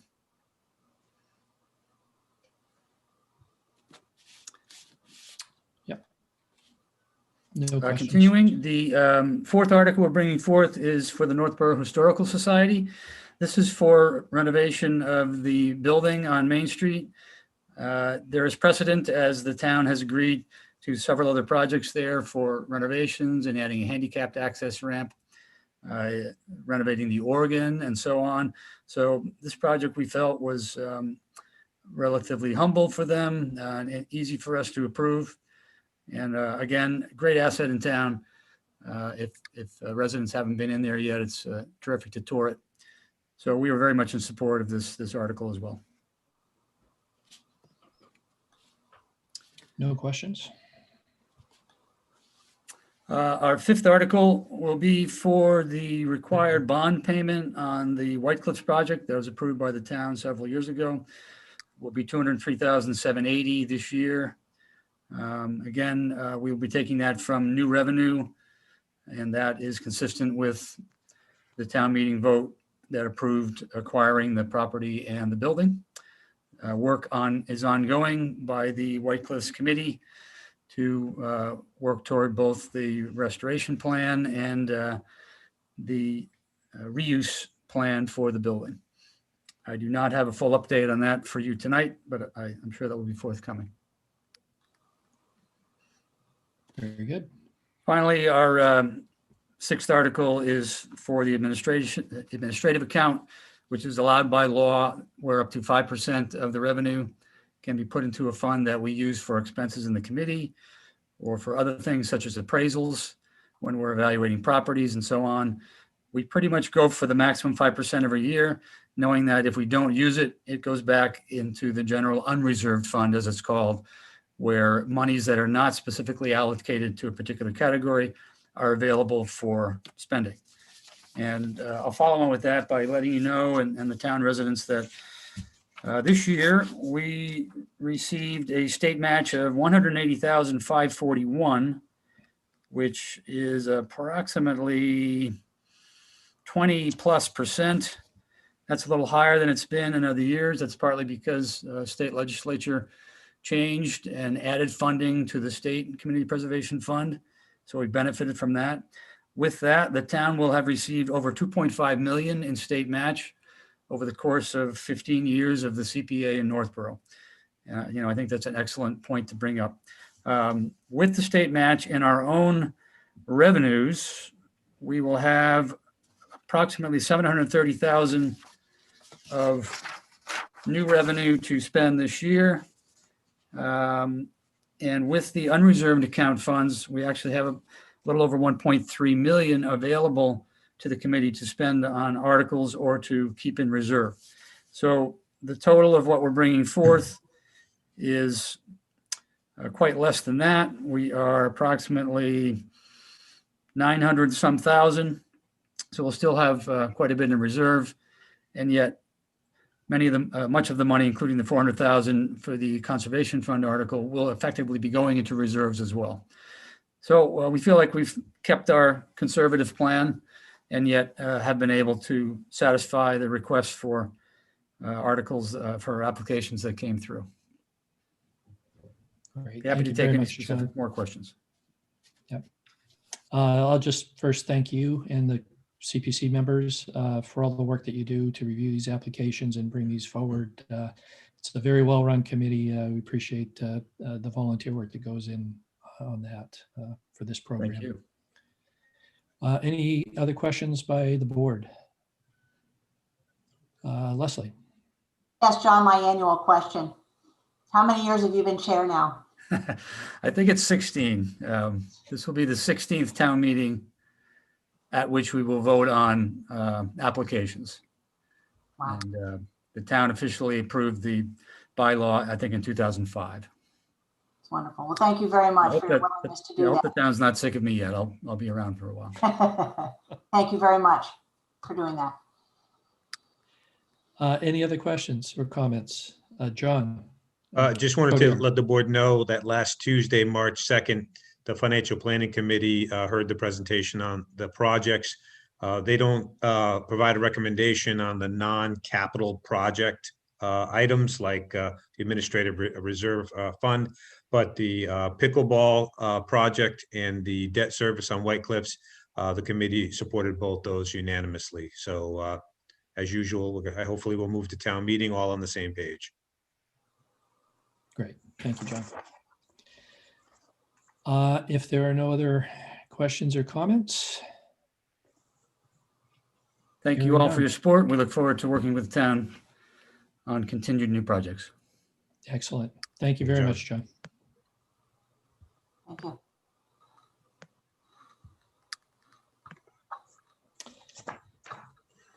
And the second half of this presentation, Town Planner Kathy Jubert. Kathy, thank you for being here tonight. Thank you for having me. The annual review of the zoning. This particular year, I'm assuming you all, again, have the memo that I had put together for the board last week. Yes, yes, we do. So I'll just go article by article, and like I think you just did with John, if you have questions, I mean, however you prefer, Mr. Chairman, but yes. Sure. Article 29 is an article that town council and the building department or the building inspector worked on. And this is specifically pertains to the ability of the building inspector to issue fines when there's violations of the zoning bylaw. For years, the town has had what's called the non-criminal disposition bylaw, and it needed some tweaking. Town council provided us language, and it basically is about how the building inspector is able to issue tickets basically tickets every day for a repeat offense. So that's Article 29, and that's goes into an existing portion of the bylaw. Actually, all the articles tonight are changes and revisions to existing bylaws. We don't have any brand new bylaws this year that the planning board is proposing. So Article 30 has to do with the use regulation section of the bylaw. If anyone is interested, I can give you page numbers as we go along, but I'll provide that only if anybody wants that. So this particular section, like I said, is the use regulation chapter, and there is an existing section that talks about prohibited uses. And the planning board is proposing to add a series of a listing of actually prohibited uses, as opposed to adding them to the use table. They want to specifically call them out in the existing prohibited use section. So certainly makes sense. There's a list. If anyone has any questions on the list, but I won't go through all the uses in the list unless you want me to. I have a question for you, Kathy. Sure. Yeah, through the chair. So I know the planning board is still working on finalizing some of these articles. Have you set the schedule, or is the schedule set for public comment on these items? Yes, actually, the only one that the only article that the planning board is finalizing, and we with the town administrator, we've worked on. We have a meeting tomorrow night. The planning board has a meeting tomorrow night to specifically work on the very last article, which is Article 37, to finalize that language. But as far as all of the zoning proposals, the planning board will hold a public hearing on April 6th. And so that typically, as in the past, the planning board, continues that until we get to town meeting. So I anticipate that hearing will be April 6th and then continue to April 20th.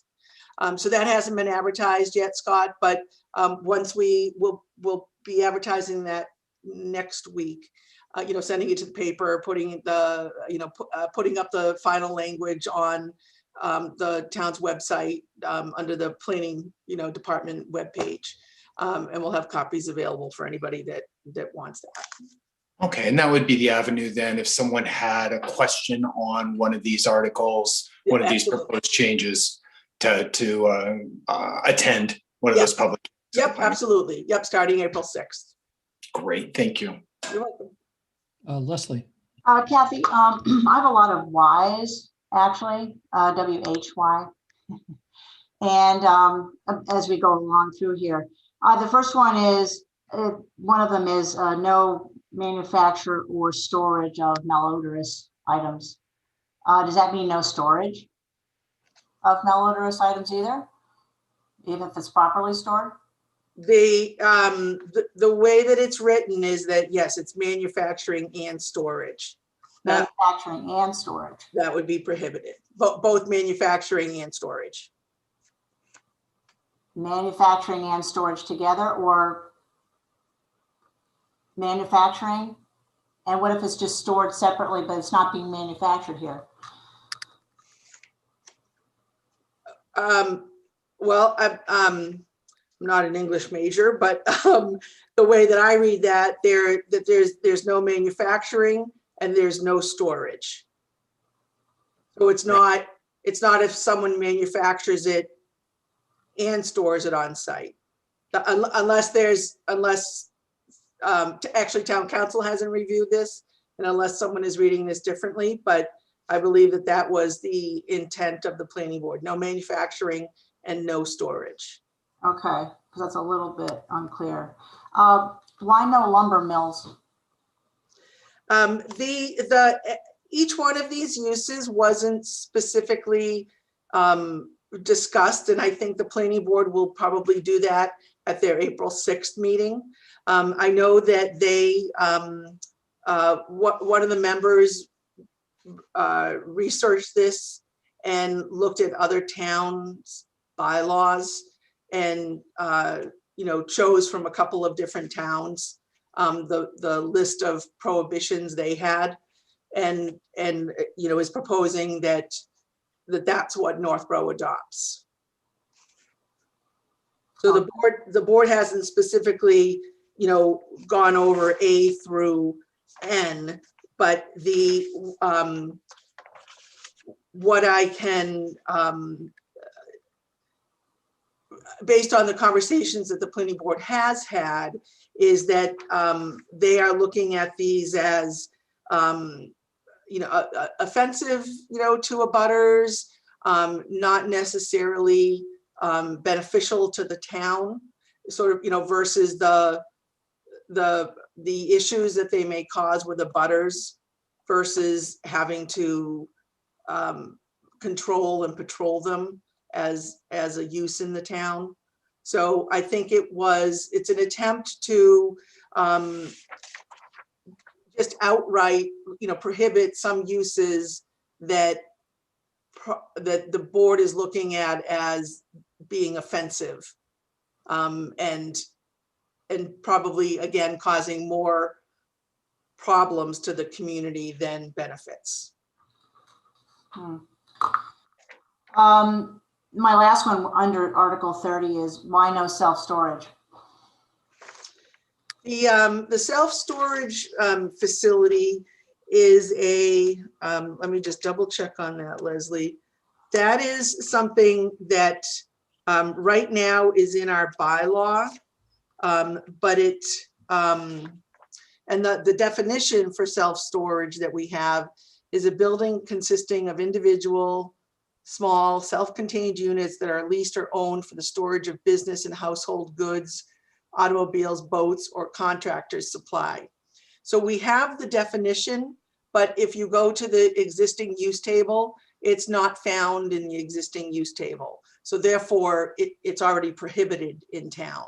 But the planning board wanted to make it clear that even though we had a definition in our bylaw, it is prohibited. So they want to add it to the prohibited list to make it clear that it's prohibited. But this use has been prohibited for a number of years. Okay, so that's just further clarifying it. Yes. Okay, thank you. So Article 31 is, there's an existing definition in our bylaw for contractor's yard. And I think as a lot of people are aware, this has caused a lot of discussion, or has been the result of a lot of conversation and discussion between the planning board and the zoning board of appeals. So the planning board is proposing to revise the definition so that it's a little tighter as far as what constitutes a contractor's yard. And again, we have in the zoning bylaw, contractors' yards are allowed, but only in certain districts. And so here, the definition is basically changing it so that retail and wholesale sales will be prohibited in the new definition. And there's also language that's being added regarding outside storage has to be screened from the street. So as people are driving by, the equipment or whatever it is that they've got in their contractor's yard has to be not seen from the road, and then it also has to be either, well, not seen by as in either fenced or landscaped, so that again you can't view the outside equipment. Scott Rogers. Yeah, thank you, Jason. So Kathy, this is one, obviously went through a lot of discussion, and having watched the development of this, I was interesting to hear how you characterized the sales aspect, because as written, it doesn't prohibit sales. I mean, you remove that phrasing, but if we look at that information, so this would be yet again another aspect of these articles that I think are a bit incomplete. The full impact hasn't been considered. So I would encourage businesses to participate in the public hearings on these, as that there's a lot of uses that are being prohibited that would impact current businesses, and that they would become non-conforming uses, right, of existing businesses. And I don't think the planning board has had an opportunity to assess the impact of existing owners and what this might do. Leslie did a good job of pointing just right out of the bat on Article 31, right? Storage of corrosive chemicals. There's probably hundreds of businesses in town storing corrosive chemicals, right? So we just need to be careful on these. And I don't want to take too much of our meeting, because it's not in the purview of the Board of Selectmen to comment on, or I mean, informally, we're just looking at to get a handle on what's going to be on the warrant. But these are very important to have the full consideration of all the residents. And I would encourage people to attend the planning board public hearings and get these, get the intent that's behind these clarified, and get the implementation or the exact wording of these corrected. Thank you, Scott. Leslie? Yes, Kathy, also just what is the justification behind no storage of salvage materials? I believe the way how the planning board has discussed this is, again, based on the conversations on two particular properties in town, both of which are located in the Business West, which is the West Main Street and the Southwest cutoff, or Route 20, that there have been a lot of issues brought forth to the planning, or a lot of concerns brought forth to the planning board about, you know, again, how people want to see, or how the town wants to see the Business West developed. And as part of the contractor's yard, the storage of salvage materials was not something that the board you know, thinks is and I agree with this, is that, you know, it's not something that's necessarily, nobody would ever say it's attractive no matter what zone you're in, but that it makes more sense that it would probably be located in an industrial district as opposed to the Business West district. Okay. Thank you for explaining that. Mm-hmm. And one more, if I may. So just, and I probably will stop after this, but you know, just on that salvage material. So if I'm a carpenter and have salvaged lumber from an old barn, would that be a prohibited use as written here? I couldn't answer that right now. Yeah, so once again, I'm going to save this for, and I would encourage folks to go to the public hearings and really get these proposed changes corrected. So Article 32 has to do with, again, a use that's already in our zoning bylaws, and it refers to accessory dwelling units. And accessory dwelling units are something that are allowed in the, obviously in the residential districts. However, when the planning board first proposed accessory dwelling units, there were two districts, the two larger in residential districts, which is RA, which is an 80,000 square foot lot, and RB, which is a 40,000 square foot lot. At the time when this was, when accessory dwelling units was added to the zoning bylaw, they were both put in as a special permit, and everything else, the accessory dwelling units in the other zoning districts were allowed by right. So the planning board is proposing that this be changed to allowed by right in the RA and the RB district.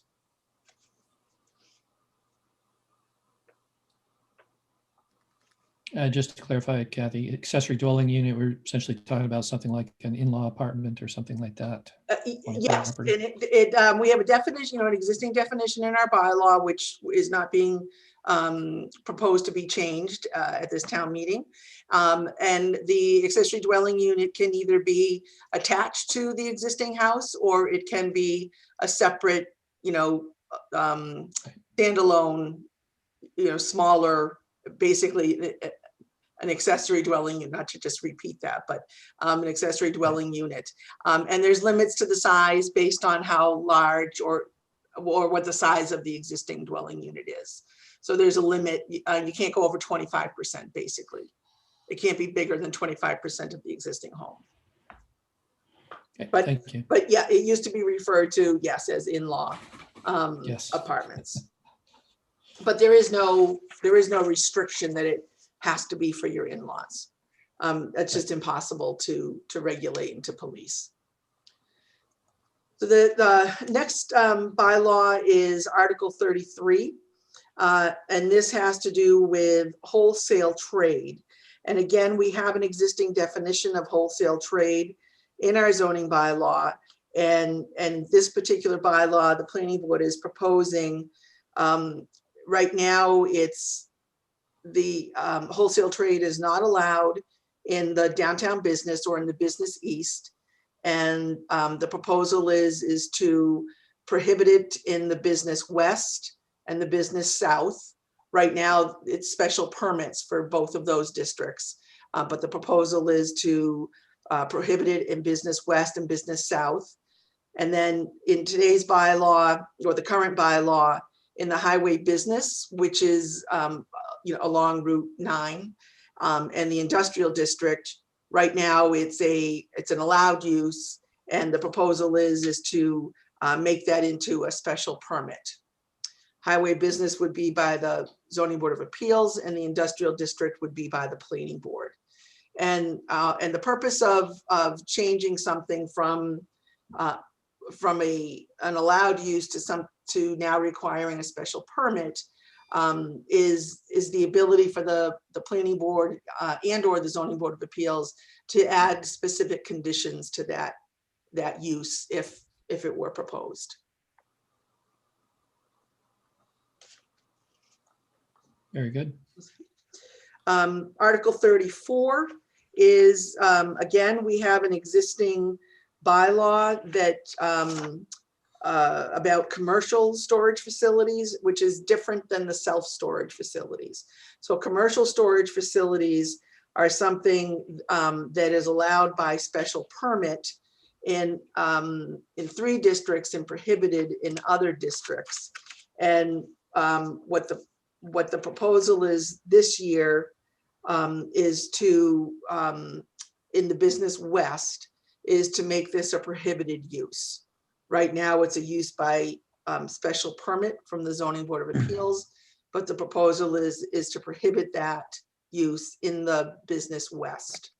So it would still be allowed, as it is today, by special permit in business south and by special permit in the industrial. So again, it's tightening up the what the business west district is, and looking at making that much more of a commercial corridor, which is really what its intent was when the zoning was changed and Business West was created in 2009.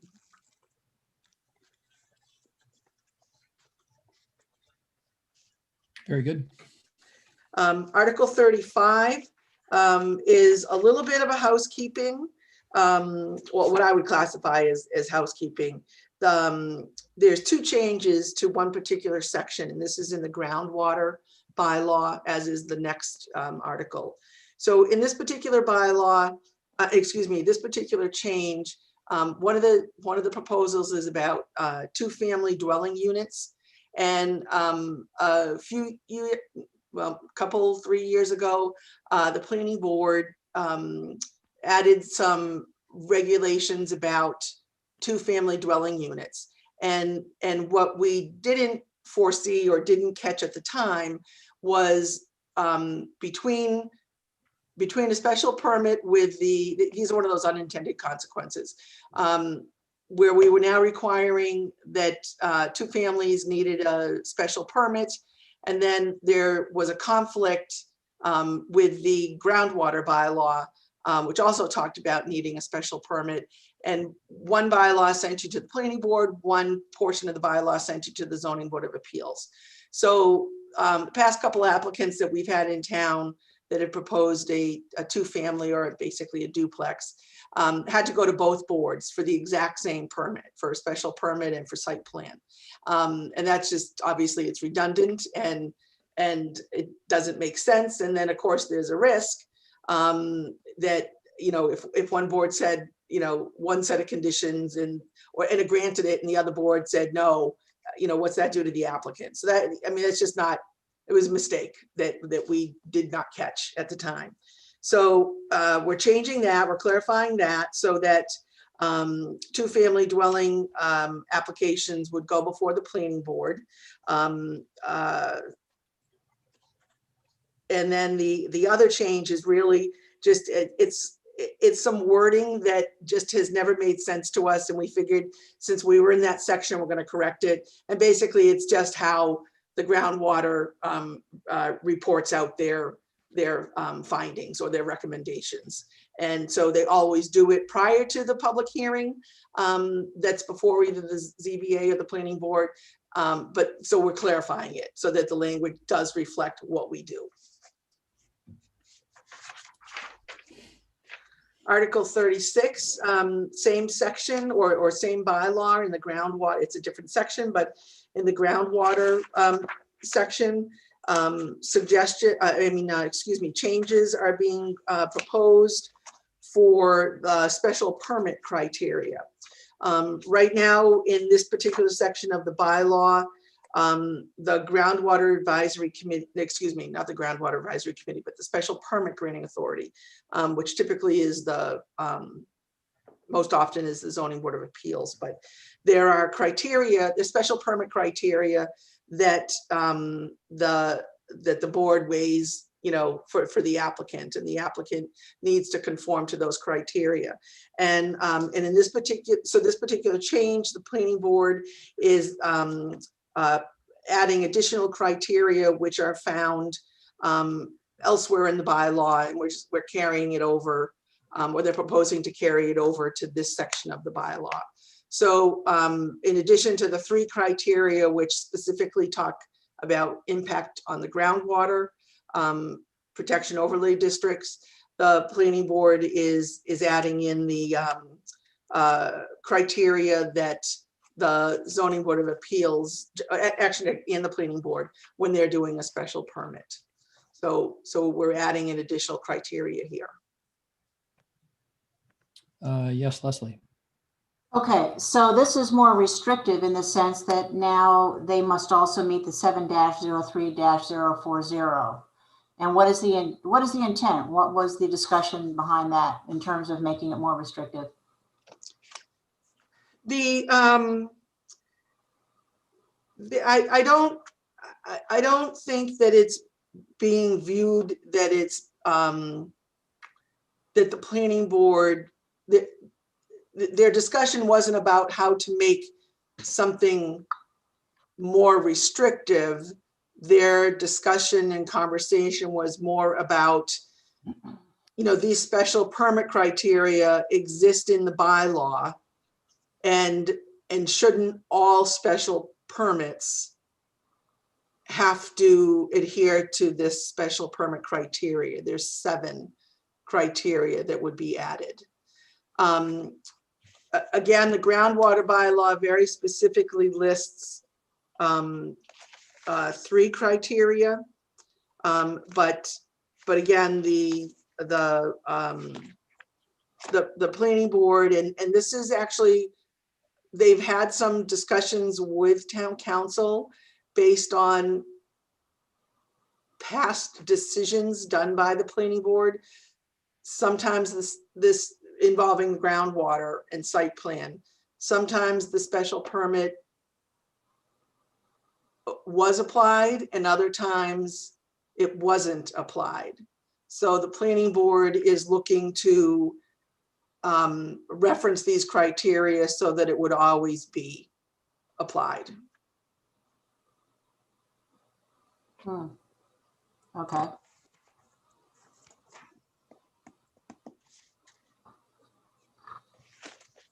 Okay.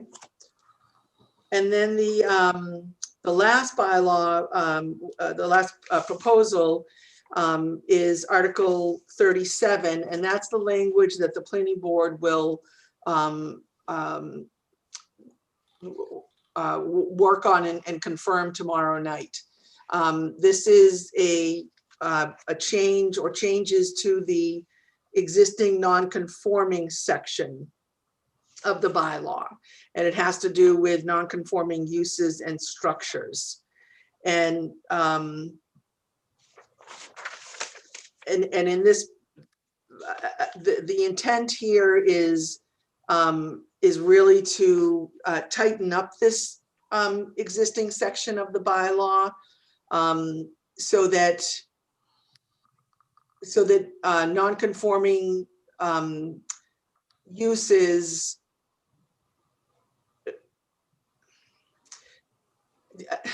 I'll be it's not going to make I'll be able to explain more once the planning board decides on the language tomorrow night, and I apologize for not having any kind of explanation for you tonight, other than it's been an ongoing discussion with the planning board about, and they've had discussion with the zoning board of appeals also about how to the best way I can describe it is how to tighten up our non-conforming section. Again, this has been the focus of a lot of meetings this past year, particularly with the planning board, where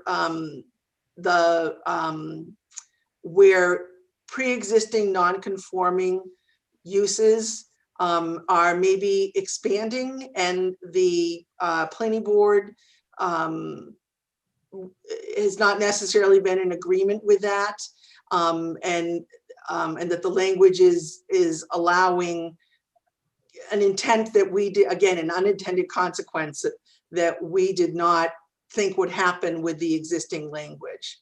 So instead of trying to control, pre-existing non-conforming uses, they seem to be getting away from us. And so the planning board is looking to, again, tighten up that language so that it really strictly is the same non-conforming use, and not another use that could come in and be classified as non-conforming. And the issue here at the moment is that that's still a matter of discussion in the planning board as to exactly how they want to approach that and exactly what the language will be for this bylaw. Yes. And so anyone interested can view that meeting tomorrow night to hear exactly what that conversation is going to be. Yeah, they have their meeting. The purpose tomorrow night is to review this. That's the only thing that's on their agenda, is to review this and get the final language. Right. Leslie? Does tightening up the language or trying to figure out what the language is have any impact, or will the 50% of the assessed value be discussed further, or is that pretty much set in stone? And what's the intent behind that? Because I see that is something new. How did this 50% amount get arrived at? That 50% is an existing language that the town of Southborough has in their non-conforming section. So part of what we do when we're looking at, if we believe that a bylaw needs to be changed or modified, revised in any way, one of the things that you do is you'll take a look at, well, first, you need to assess, well, what's the issue? So does our bylaw address it or doesn't address it? If we already have a bylaw in place, how can we revise that language to address whatever the issue is? Then another thing that we'll do is, take a look at existing bylaws. Just because a town, has a bylaw, that doesn't mean that it's good or bad, so you want to do research with the individual town and talk about, what's the history of how they came to be. So with Southborough, and actually with the advice of town council, it was one of the bylaws that he suggested we take a look at, given how the planning board wants to tighten it up. I don't know if that language is going to end up in the final version tomorrow night. But again, Southborough, this is what Southborough uses. There may be other towns that use it too, Leslie. I'm not sure. So that may or may not be staying in there. Mhm. Okay, thank you. Thank you very much, Kathy, for walking us through all that. Yeah, I was going to ask any more questions from members of the board. Scott Rogers? Yeah, just one more, Kathy. So we'll have public hearings starting April 6th. Will there be an opportunity to coordinate again with either groundwater or zoning board of appeals, just to give them an opportunity to see these finalized language before the 6th? Prior to the 6th, what I do, this particular year it's the 6th, but prior to the planning board holding the public hearing, I will send out this the planning board's proposed amendments to all the boards that are involved in the zoning bylaw. So certainly the zoning board of appeals, in this particular case, also the groundwater bylaw, groundwater advisory committee. So those boards will, certainly have the opportunity to review the final language at their meetings, and or, participate in the April 6th public hearing. And then from what happens with the public hearings with zoning is that often if the board decides to make a change based on public input, and or based on their further review of their language, then that change, and the board votes on it in the affirmative, then that change gets incorporated into the motion at town meeting. So it's not an amendment on the floor, but it gets incorporated into the amendment. It gets incorporated into the article, and that's how it's voted on at town meeting. But if there's a change on the floor of town meeting, then obviously that has to be brought forward as a separate amendment to that particular article.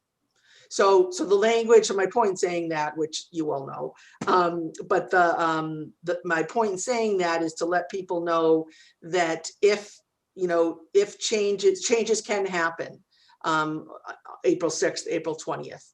If the board is in agreement, they may come from the board themselves. Thank you. Oh, you're welcome. Any other questions? Leslie? Yeah, Kathy, I want to thank you very much for explaining all this. It's a lot, and I think that, when I read through these things, I have to reread them.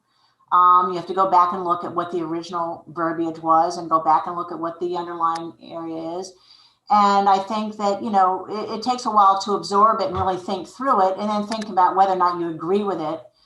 And I just want to caution the planning board. I'm thinking actually more ahead to town meeting. I'm thinking even past the public inputs or the public hearings, because I just want to be sure that the planning board explains these particular bylaw changes and what the intent is behind it. I just recall back when I first started attending town meetings, I was not on a board. And I remember looking at these, I remember Rick Leaf standing up and, going through all these things. And I thought, well, of course I'm going to vote for these. I'm sure that he wouldn't be saying these things unless it was necessary. These must be housekeeping things that need to happen in order to make these bylaws effective. And I think that for residents who are attending town meeting, who may not necessarily be tuning into our meetings and our replays and looking at the town website and things like that, that it's important that the planning board be as explanatory as possible as far as the intent behind it and what the impact of these changes is going to be. I would ask that. Yep, no, absolutely. The past couple of years, the planning board has shared in the presentations. I've assisted them with writing the presentations, but they themselves are doing the presentations at town meeting. I expect and anticipate that will happen this year. And absolutely, we'll have a full, and thorough, explanation of what each one of these articles means, and possibly even a handout, to assist people. Okay, that'd be great. Thank you very much. I appreciate that. Thank you, Leslie. Any other questions? Julianne? This is mostly a comment. Kathy, I want to thank you and the planning board for hours and hours and hours of looking at details and, just putting in so much work and doing so much research on modifying and, modifying some of these bylaws so that we're all working towards a vision of town that is consistent with the master plan. And I'll just end there and thank you very much. Thank you, Julianne. Any other comments? Seeing none, Kathy, thank you very much as always. Very helpful, very diligent in bringing the information to us and helping us to understand it. So you're welcome. appreciate My pleasure. all the work and have yourself a great evening. Thank you. You too.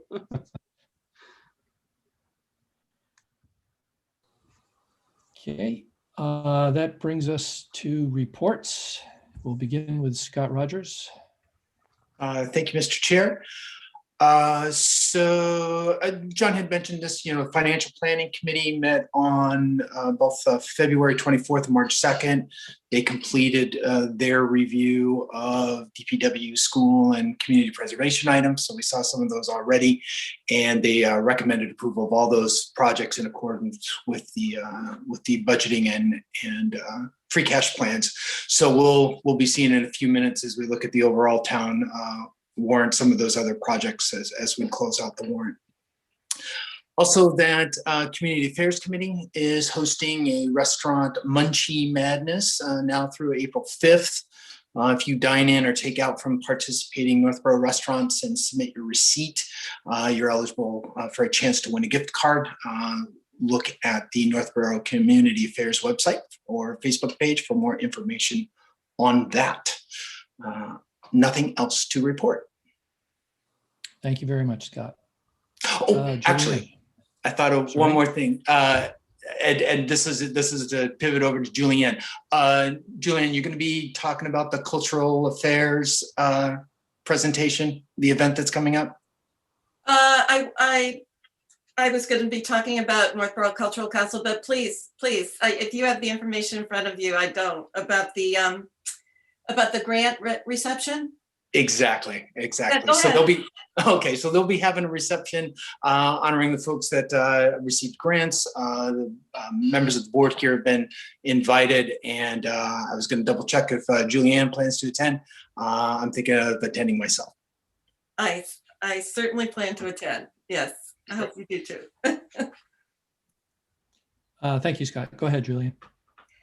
Thank you, Mr. Chairman. So the first committee that I was going to report on is the Historic District Commission, which was notified of a demolition project of some of the buildings at Westboro State Hospital by the Mass Historical Commission.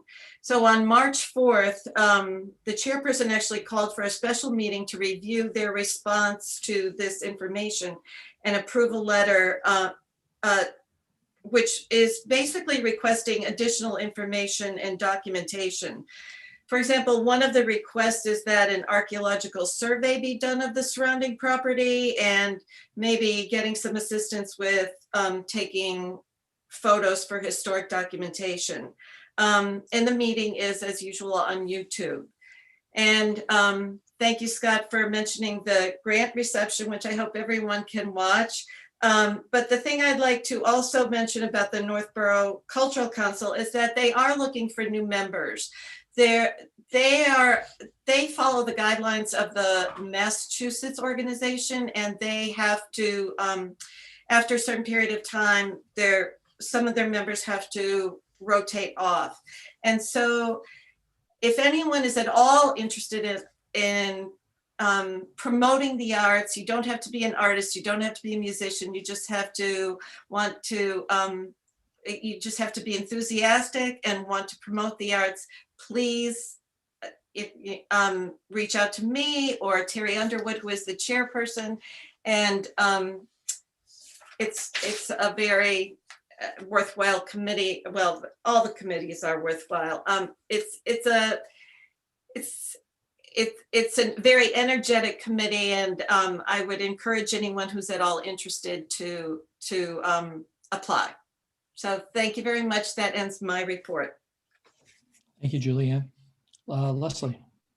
Okay, first of all, I would like to thank the residents who removed the decorations from the town common. I don't know, Scott, if they kind of took the directive from you or how that exactly evolved, but I noticed that I think there were a few residents who very nicely went in, and there was snow still, and there obviously is, or still is, and they went in there and troopers and took down the things that were on the pergola, and then there were some evergreen boughs that were along the fence, and it all looked beautiful, but it was nice to see that come down. They did a great job. Do you know how that evolved, Scott, or? Yeah, the town common committee folks got together with some cultural council folk, community affairs, and put up the decorations, the winter decorations. They vetted it through us first, and the last snowstorm we had put the kibosh on removal because the garland along the railings and posts was buried in snow and ice. So once it got low enough, they were able to remove them. Okay, wonderful. Well, it looked great, and they did a great job taking everything down. Also, I want to thank you also, Scott, while you're still, we're on the horn here. Just want to thank you again for the traffic webpage. I just think that's such a nice addition to our town website. And I think as more people use it, I think it will become something that they automatically think of and can look to for answers. And again, I just like the whole idea that people can see what has been asked and what's been answered and how it's been answered before they proceed and email. I mean, not that they can't email us, of course they can, but I think it's a nice way to show everybody if they're looking what's been done so far, what might be in progress. So I want to thank you very much for that, because I know that's an additional workload for you to be doing that. You're welcome. Happy to do it. Yeah, thank you very, very much. And just a reminder not to forget about the food pantry donations and also the clothing bins that are at each of the schools. Those are nice fundraisers for each of the PTOs. The clothing gets weighed, and the schools get a small percentage of the proceeds from that. So I think those are two worthwhile causes, especially in terms of the clothing bins, as people do some spring cleaning out of their house. So I want to thank the people who do organize those and take care of that. And my last comment is, Julianne, I'm sorry to see your snowman pillow disappear from your couch back there. I always enjoyed looking at that. I'm sorry to see that. Too, actually. I'm sorry, that's gone. My buddy's gone. So that ends my report. Thank you, Leslie. Tim. Thank you, Mr. Chair. We had Diversity and Inclusion Committee meeting. We still have the survey that we put together that is still live. We've had over 450 interactions so far with the survey. Completion rate on that's been about 80%. So that's been excellent. It's great to see that people are taking the time to not only look at the survey, but complete the survey. And I think the information is going to be very helpful as the committee works to putting together a proposal for the Board of Selectmen. At our last meeting, we had a representative from the YMCA in, and we had a very productive conversation with the Y, and it seems like there's some good opportunities for us to work with the Y on some programs in the future. So that was very encouraging. It's very exciting to see businesses and other nonprofits in the community reaching out. And then lastly, on the Diversity and Inclusion Committee, on April 1st, our guest speaker will be the one and only Chief Parenti from the Northborough Fire Department. We're very excited to have him. It'll be great to hear his insights on what's going on at the fire department. So we're excited to have him. Thank you again, Chief, for taking the time to come and speak with us. I did want to mention that March is Women's History Month, and today is actually International Women's Day. So I think it's these are some of the things that we've discussed at the Diversity and Inclusion Committee. It's great to have these things on a calendar. But I think it's just to give some people some ideas on how they can actually go out to support and celebrate these events. One way is, head out to a woman-owned business, support local women-owned businesses. I hate that people think they have to restrict it to just a month because it's just happens to be Women's History Month. You can support a locally owned women's business. You should do that year round, not just in March, but that's just a great idea. It's always a good idea to educate yourself, pick up a book or listen to a podcast to learn about women's history and important female leaders who have opened the doors and created opportunities for other women. It's a great way to learn a bit more about the impact the positive impact that women have had. And then lastly, share women's stories, motivational quotes, and news within your network. It'd be great to let everybody else know what this month is all about. That's it. That ends my report. Thank you very much. Thank you, Tim. I have no report this evening. I'm taking a meeting off. So I'll send that to you, John. Thank you, Mr. Chairman. Just a brief update. As you know, at your last meeting, we did have representatives of Amazon in. Following that meeting, we sent them a follow-up letter with items for additional discussion or requests for information. By the way, that letter that we sent them is on the traffic webpage. This evening, just prior to your meeting, we did receive a written reply. It's not on your agenda this evening, but I want to acknowledge that we received a letter, which we will place on the website as well. And I have forwarded it to the board as a matter of information. Two significant pieces that came out of this. And by the way, I didn't mention the police chief and I had a meeting with Amazon as a follow-up on Friday to review any of these outstanding issues. And so the letter response was following up on that. But two things I just want to mention tonight.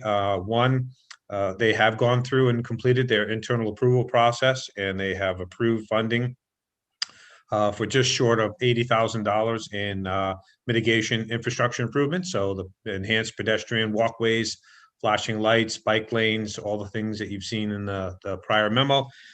They have now approved that. And the other thing that we had requested as follow-up to the meeting is that they conduct a post operating or a post analysis of their operations once they're fully up and running. And they have committed to funding that traffic study, again, to get information about where the vehicles are coming or going from relative to that site. We've also had some conversations. They're going to put down markings on the pavement of the driveway so that as a truck is exiting, it'll be marked no left turn.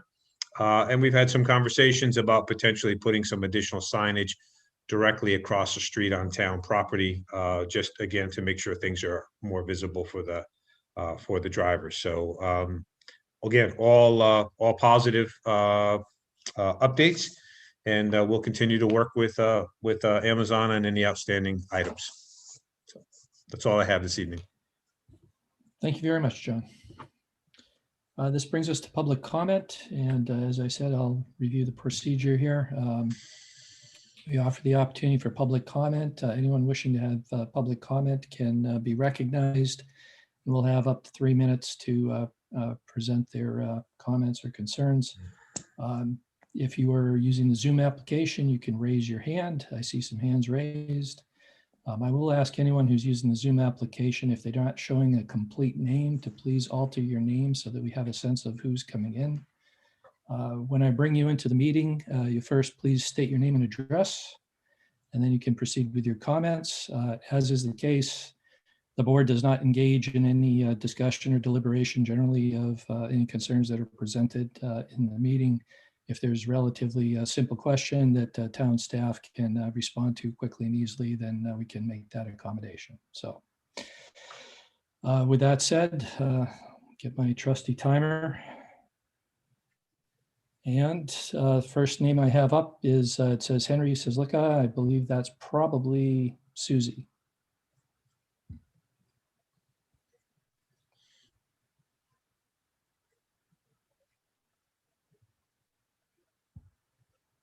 There you are. Hi, this is Susie Sislicka, 8 Emerson Road. Sorry about not changing the name again. I forgot. I'm calling fine. you know, it's me now. I'm calling solely on behalf of the Community Affairs Committee tonight. I just wanted to give a report from my point of view. The businesses we've been stopping in and handing out the flyers that you'll be seeing hanging with the QR code and stuff. And the business owners are so thankful and grateful.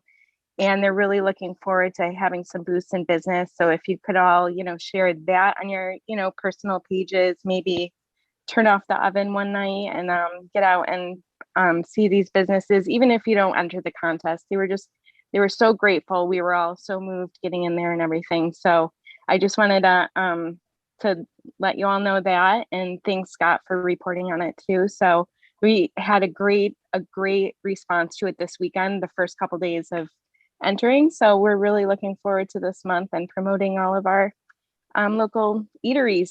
So thank you very much. Great. Thank you, Susie.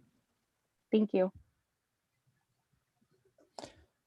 Next up, I have John Wickstead. John? Hi, can you hear me? Yes, we can. Hi, John Wickstead, 2 Sturtbrook Lane. I'm with Jason. I'm going to take a month off from complaining this month. Mostly, I just wanted to call and say thank you to the town. Mr. Coder and Chief Leiber have been, very responsive in addressing a lot of the concerns we have. And I want to say thank you for that. It's been noticed. Mr. Coder, those lights that they pointed down, they definitely did address that. And I appreciate the efforts that you guys are obviously making towards mitigating, what we can with Amazon. I would say our wildlife cams would suggest that about 10% of the traffic exiting the Amazon plant is turning left. So we got some way to go there.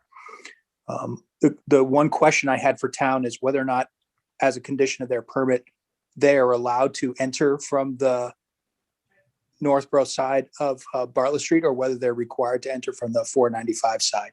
It wasn't clear for me from the discussion at the last meeting. I know they're required to exit towards 495. I'm not sure what their entrance requirements are. Thank you very much. Thank you, John.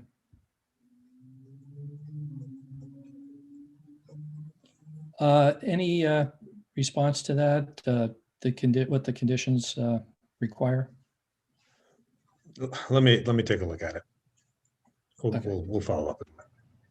Okay.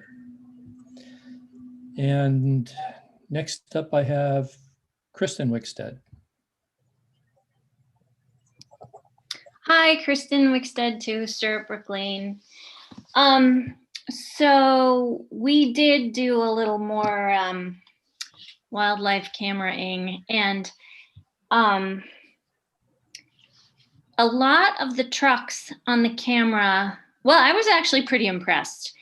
I'm sort of the glass half full side of the family over here, and I thought the 90% of the trucks turning right was pretty good, but it was mostly the Amazon trucks that were following the directions. The FedEx trucks are not as good about it. But anyway, the other thing we learned from having a different point of view with the wildlife camera is that a lot of trucks are still just going past that facility. So a lot of trucks are using Bartlett Street and don't have anything to do with that facility. So I think what we have to keep in mind is just that we have a lot of trucks on this road where we have the 2 schools. And I know at the meeting last time, 2 weeks ago, Mr. Coder mentioned we are looking at a school zone of some kind, but really what we want is you to look at the safety zone, which is not a school zone. It's a different thing. And I did send you a link. It is specifically for vulnerable drivers like high school kids. You could also consider one for Route 135 outside Assabet, not Assabet Park, Ellsworth, McAfee Park. It's that kind of a thing. I know you have a lot going on South Street, so I'm not gonna go there right now, but just keep looking at that safety zone because we do have a lot of trucks, and Amazon is not the only company that has trucks. And the other thing was, can you just review, you said something about $80,000. Can you just tell me that part again? Because they said they weren't going to give us anything at that meeting last time. So I was really surprised. Like, I just need you to hear that again. I need to hear that again. Yeah, sure. I'm happy through the chair, if I may. When all this started, the town staff had put together some mitigation requests of Amazon. They're under no obligation to provide that, just to be clear. Yeah. So we put it together and gave it to them and asked them for their consideration. They asked for a chance to run it through their internal system. So at the meeting, at the board's last meeting, they said that they were still reviewing that. And so in accordance with the letter we received today, they've completed their review and they have approved the funding for additional mitigation. So it's flashing lights, crosswalk in front of the high school, bike lanes, a few other things that the staff had put together and asked for. And so they have agreed to fund those things. So we'll continue to work with them in terms of the implementation. They're funding them. Our DPW will be the ones to actually do the implementation. But they never said that they wouldn't do anything. They said that they would review what we had asked of them. And it takes some time to work its way through their internal approval process. But they had indicated early on that they wouldn't make any commitment, but they indicated they were reviewing it and hope to have some information for us. So now we have that approval. So it's very good news. Chief and I, police chief and I, spent a lot of time with them. DPW director spent a great deal of time putting the actual cost estimates and proposals together for the work that they considered. And so again, all around it worked the way it's supposed to. And we're happy to report tonight that those improvements, the intent is those improvements would take place hopefully this spring. Great. Well, good for you guys. Thanks, Chief. Thanks, Mr. Coder. Awesome. Thanks so much. All right. You're welcome. Just needed to hear that again. That was lovely. Bye. Thank you very much, Chris. If there are no other people for public comment, and I see none, public comment is closed. On to new business. Item 1 is to close the town meeting warrant. John? Yeah, so in your packet is a draft, and I stress draft, of the town meeting warrant. The purpose of your action this evening is to close the warrant, and that is to say nothing else will be added, and will allow us to fully develop. You heard Kathy Jubert speak to some of the planning board articles are still in process. So there are, town council has not reviewed the language. So we run everything by town council. Some of the numbers are still being solidified, but basically the list of articles, and it's 40 articles at this point, including reports. Those are basically the same as you saw at your last meeting. We're just putting some more meat on the warrant, and at your next meeting, we will vote to, you'll see the final warrant with town council's any amendments that are necessary, and then we will move forward to posting it. So again, it's basically what we had covered at the last meeting. Yes. Okay, very good. Any questions or comments from board members? Seeing none, I'll note that one item on on the warrant here is a property tax exemption for Gold Star parents as submitted by our veterans agent. So that's going to be appearing on this warrant at this time. If there are no other questions, do I have a motion? Mr. Chair, I move the board vote to close the May 1, 2021 town meeting warrant. Second. Moved by Leslie Rattan, seconded by Scott Rogers. This is a roll call vote. Scott Rogers. Aye. Julianne Hirsch. Aye. Leslie Rattan. Aye. Tim Kalen. Aye. And I vote aye. Carries unanimously. Town meeting is closed. Next item up is to set the meeting schedule for the board from May through August. John, would you like to walk through that? Sure. As you typically do, you set your quarterly meeting schedule. Based on your actions that you took this evening, town meeting will be May 1st with a rain date of May 8th. Given the election, we typically have, well, typically we don't have town meeting in May, but we'll have town meeting, but you typically will have one meeting in May, and that's scheduled for or proposed for May 17th. You'll have a normal schedule of June, which would be June 14th, June 28th. Then we move into our summer schedule, typically July and August, to accommodate vacations and the lower workload. Typically, we meet once. The proposed dates are July 19th and August 16th.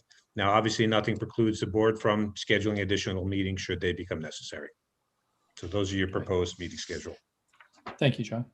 You're welcome. I'll note for the record that lower workload refers to the board and not to the town staff who are taking advantage of the fewer meetings to get other work done in that period of time. So any comments or questions by the board? Hearing none, do I have a motion? Mr. Chairman, I move the board vote to set the meeting schedule for May through August 2021 as follows. May 17th, June 14th and 28th, July 19th, and August 16th. Second. Moved by Julianne Hirsch, seconded by Scott Rogers. This is a roll call vote. Scott Rogers. Aye. Julianne Hirsch. Aye. Leslie Rattan. Aye. Tim Kalen. Aye. And I vote aye. Jason Perot carries unanimously. Any other business to come before the board? The need for a brief executive session for collective bargaining purposes. Okay. Next item will be executive session pursuant to Massachusetts General Laws, Chapter 30A, Section 21, Subsection 3, Collective Bargaining. Massachusetts Department of Labor Relations Unfair Labor Practice Hearing with Police Patrol Union Case number MUP-20-7911 and Police Officer Level 3 Grievance, re-sick time buyback. Due to the chair's determination that a discussion regarding these matters in an open meeting may have a detrimental effect on the position of the board. And So I moved. would invite a motion. Oh, you aren't going to get off that easy. Read the motion. All right, yeah, given that it's executive session. So, Mr. Chair, I move the board vote to enter into executive session pursuant to Massachusetts General Laws, Chapter 30A, Section 21, Subsection 3 for collective bargaining, Massachusetts Department of Labor Relations Unfair Labor Practice hearing with Police Patrol Union Case number MUP-207911 and Police Officer Level 3 Grievance regarding sick-time buyback due to the chair's determination that a discussion regarding these matters in an open meeting may have a detrimental effect on the position of the board. Second. Excuse me, Mr. Chairman, may I It's just, moved and seconded, and yes, I just saw it, John. Yep. My mistake. We proceeded a little too quickly there. We had another item preceding this, which was transfer of cemetery deed 1061. If procedurally it's not a complication, I would like to entertain and dispose of that issue before we proceed with a vote on executive session. So if I could have a motion relative to the cemetery deed. Certainly. I move the board vote to approve the transfer of cemetery deed 1061 as presented. And do I have a second? Second. Moved by Scott Rogers, seconded by Leslie Rattan. This is a roll call vote. Scott Rogers. Aye. Julianne Hirsch, Aye. Leslie Rutan, Aye. Tim Kalen, Aye. and I vote aye. Jason Pro votes aye. Transfer of cemetery deed is approved. My apologies. Now we'll return to the motion to move to executive session, which has been moved by Scott Rogers and I think seconded by Leslie Rutan. Yes. Got it. This is a roll call vote. Scott Rogers, Aye. Julianne Hirsch, Aye. Leslie Rutan, Aye. Tim Kalen, Aye. and I vote aye. The board will move into executive session. The business of open session is concluded. We will not be returning for any other open session business. Executive session will move to a separate Zoom webinar.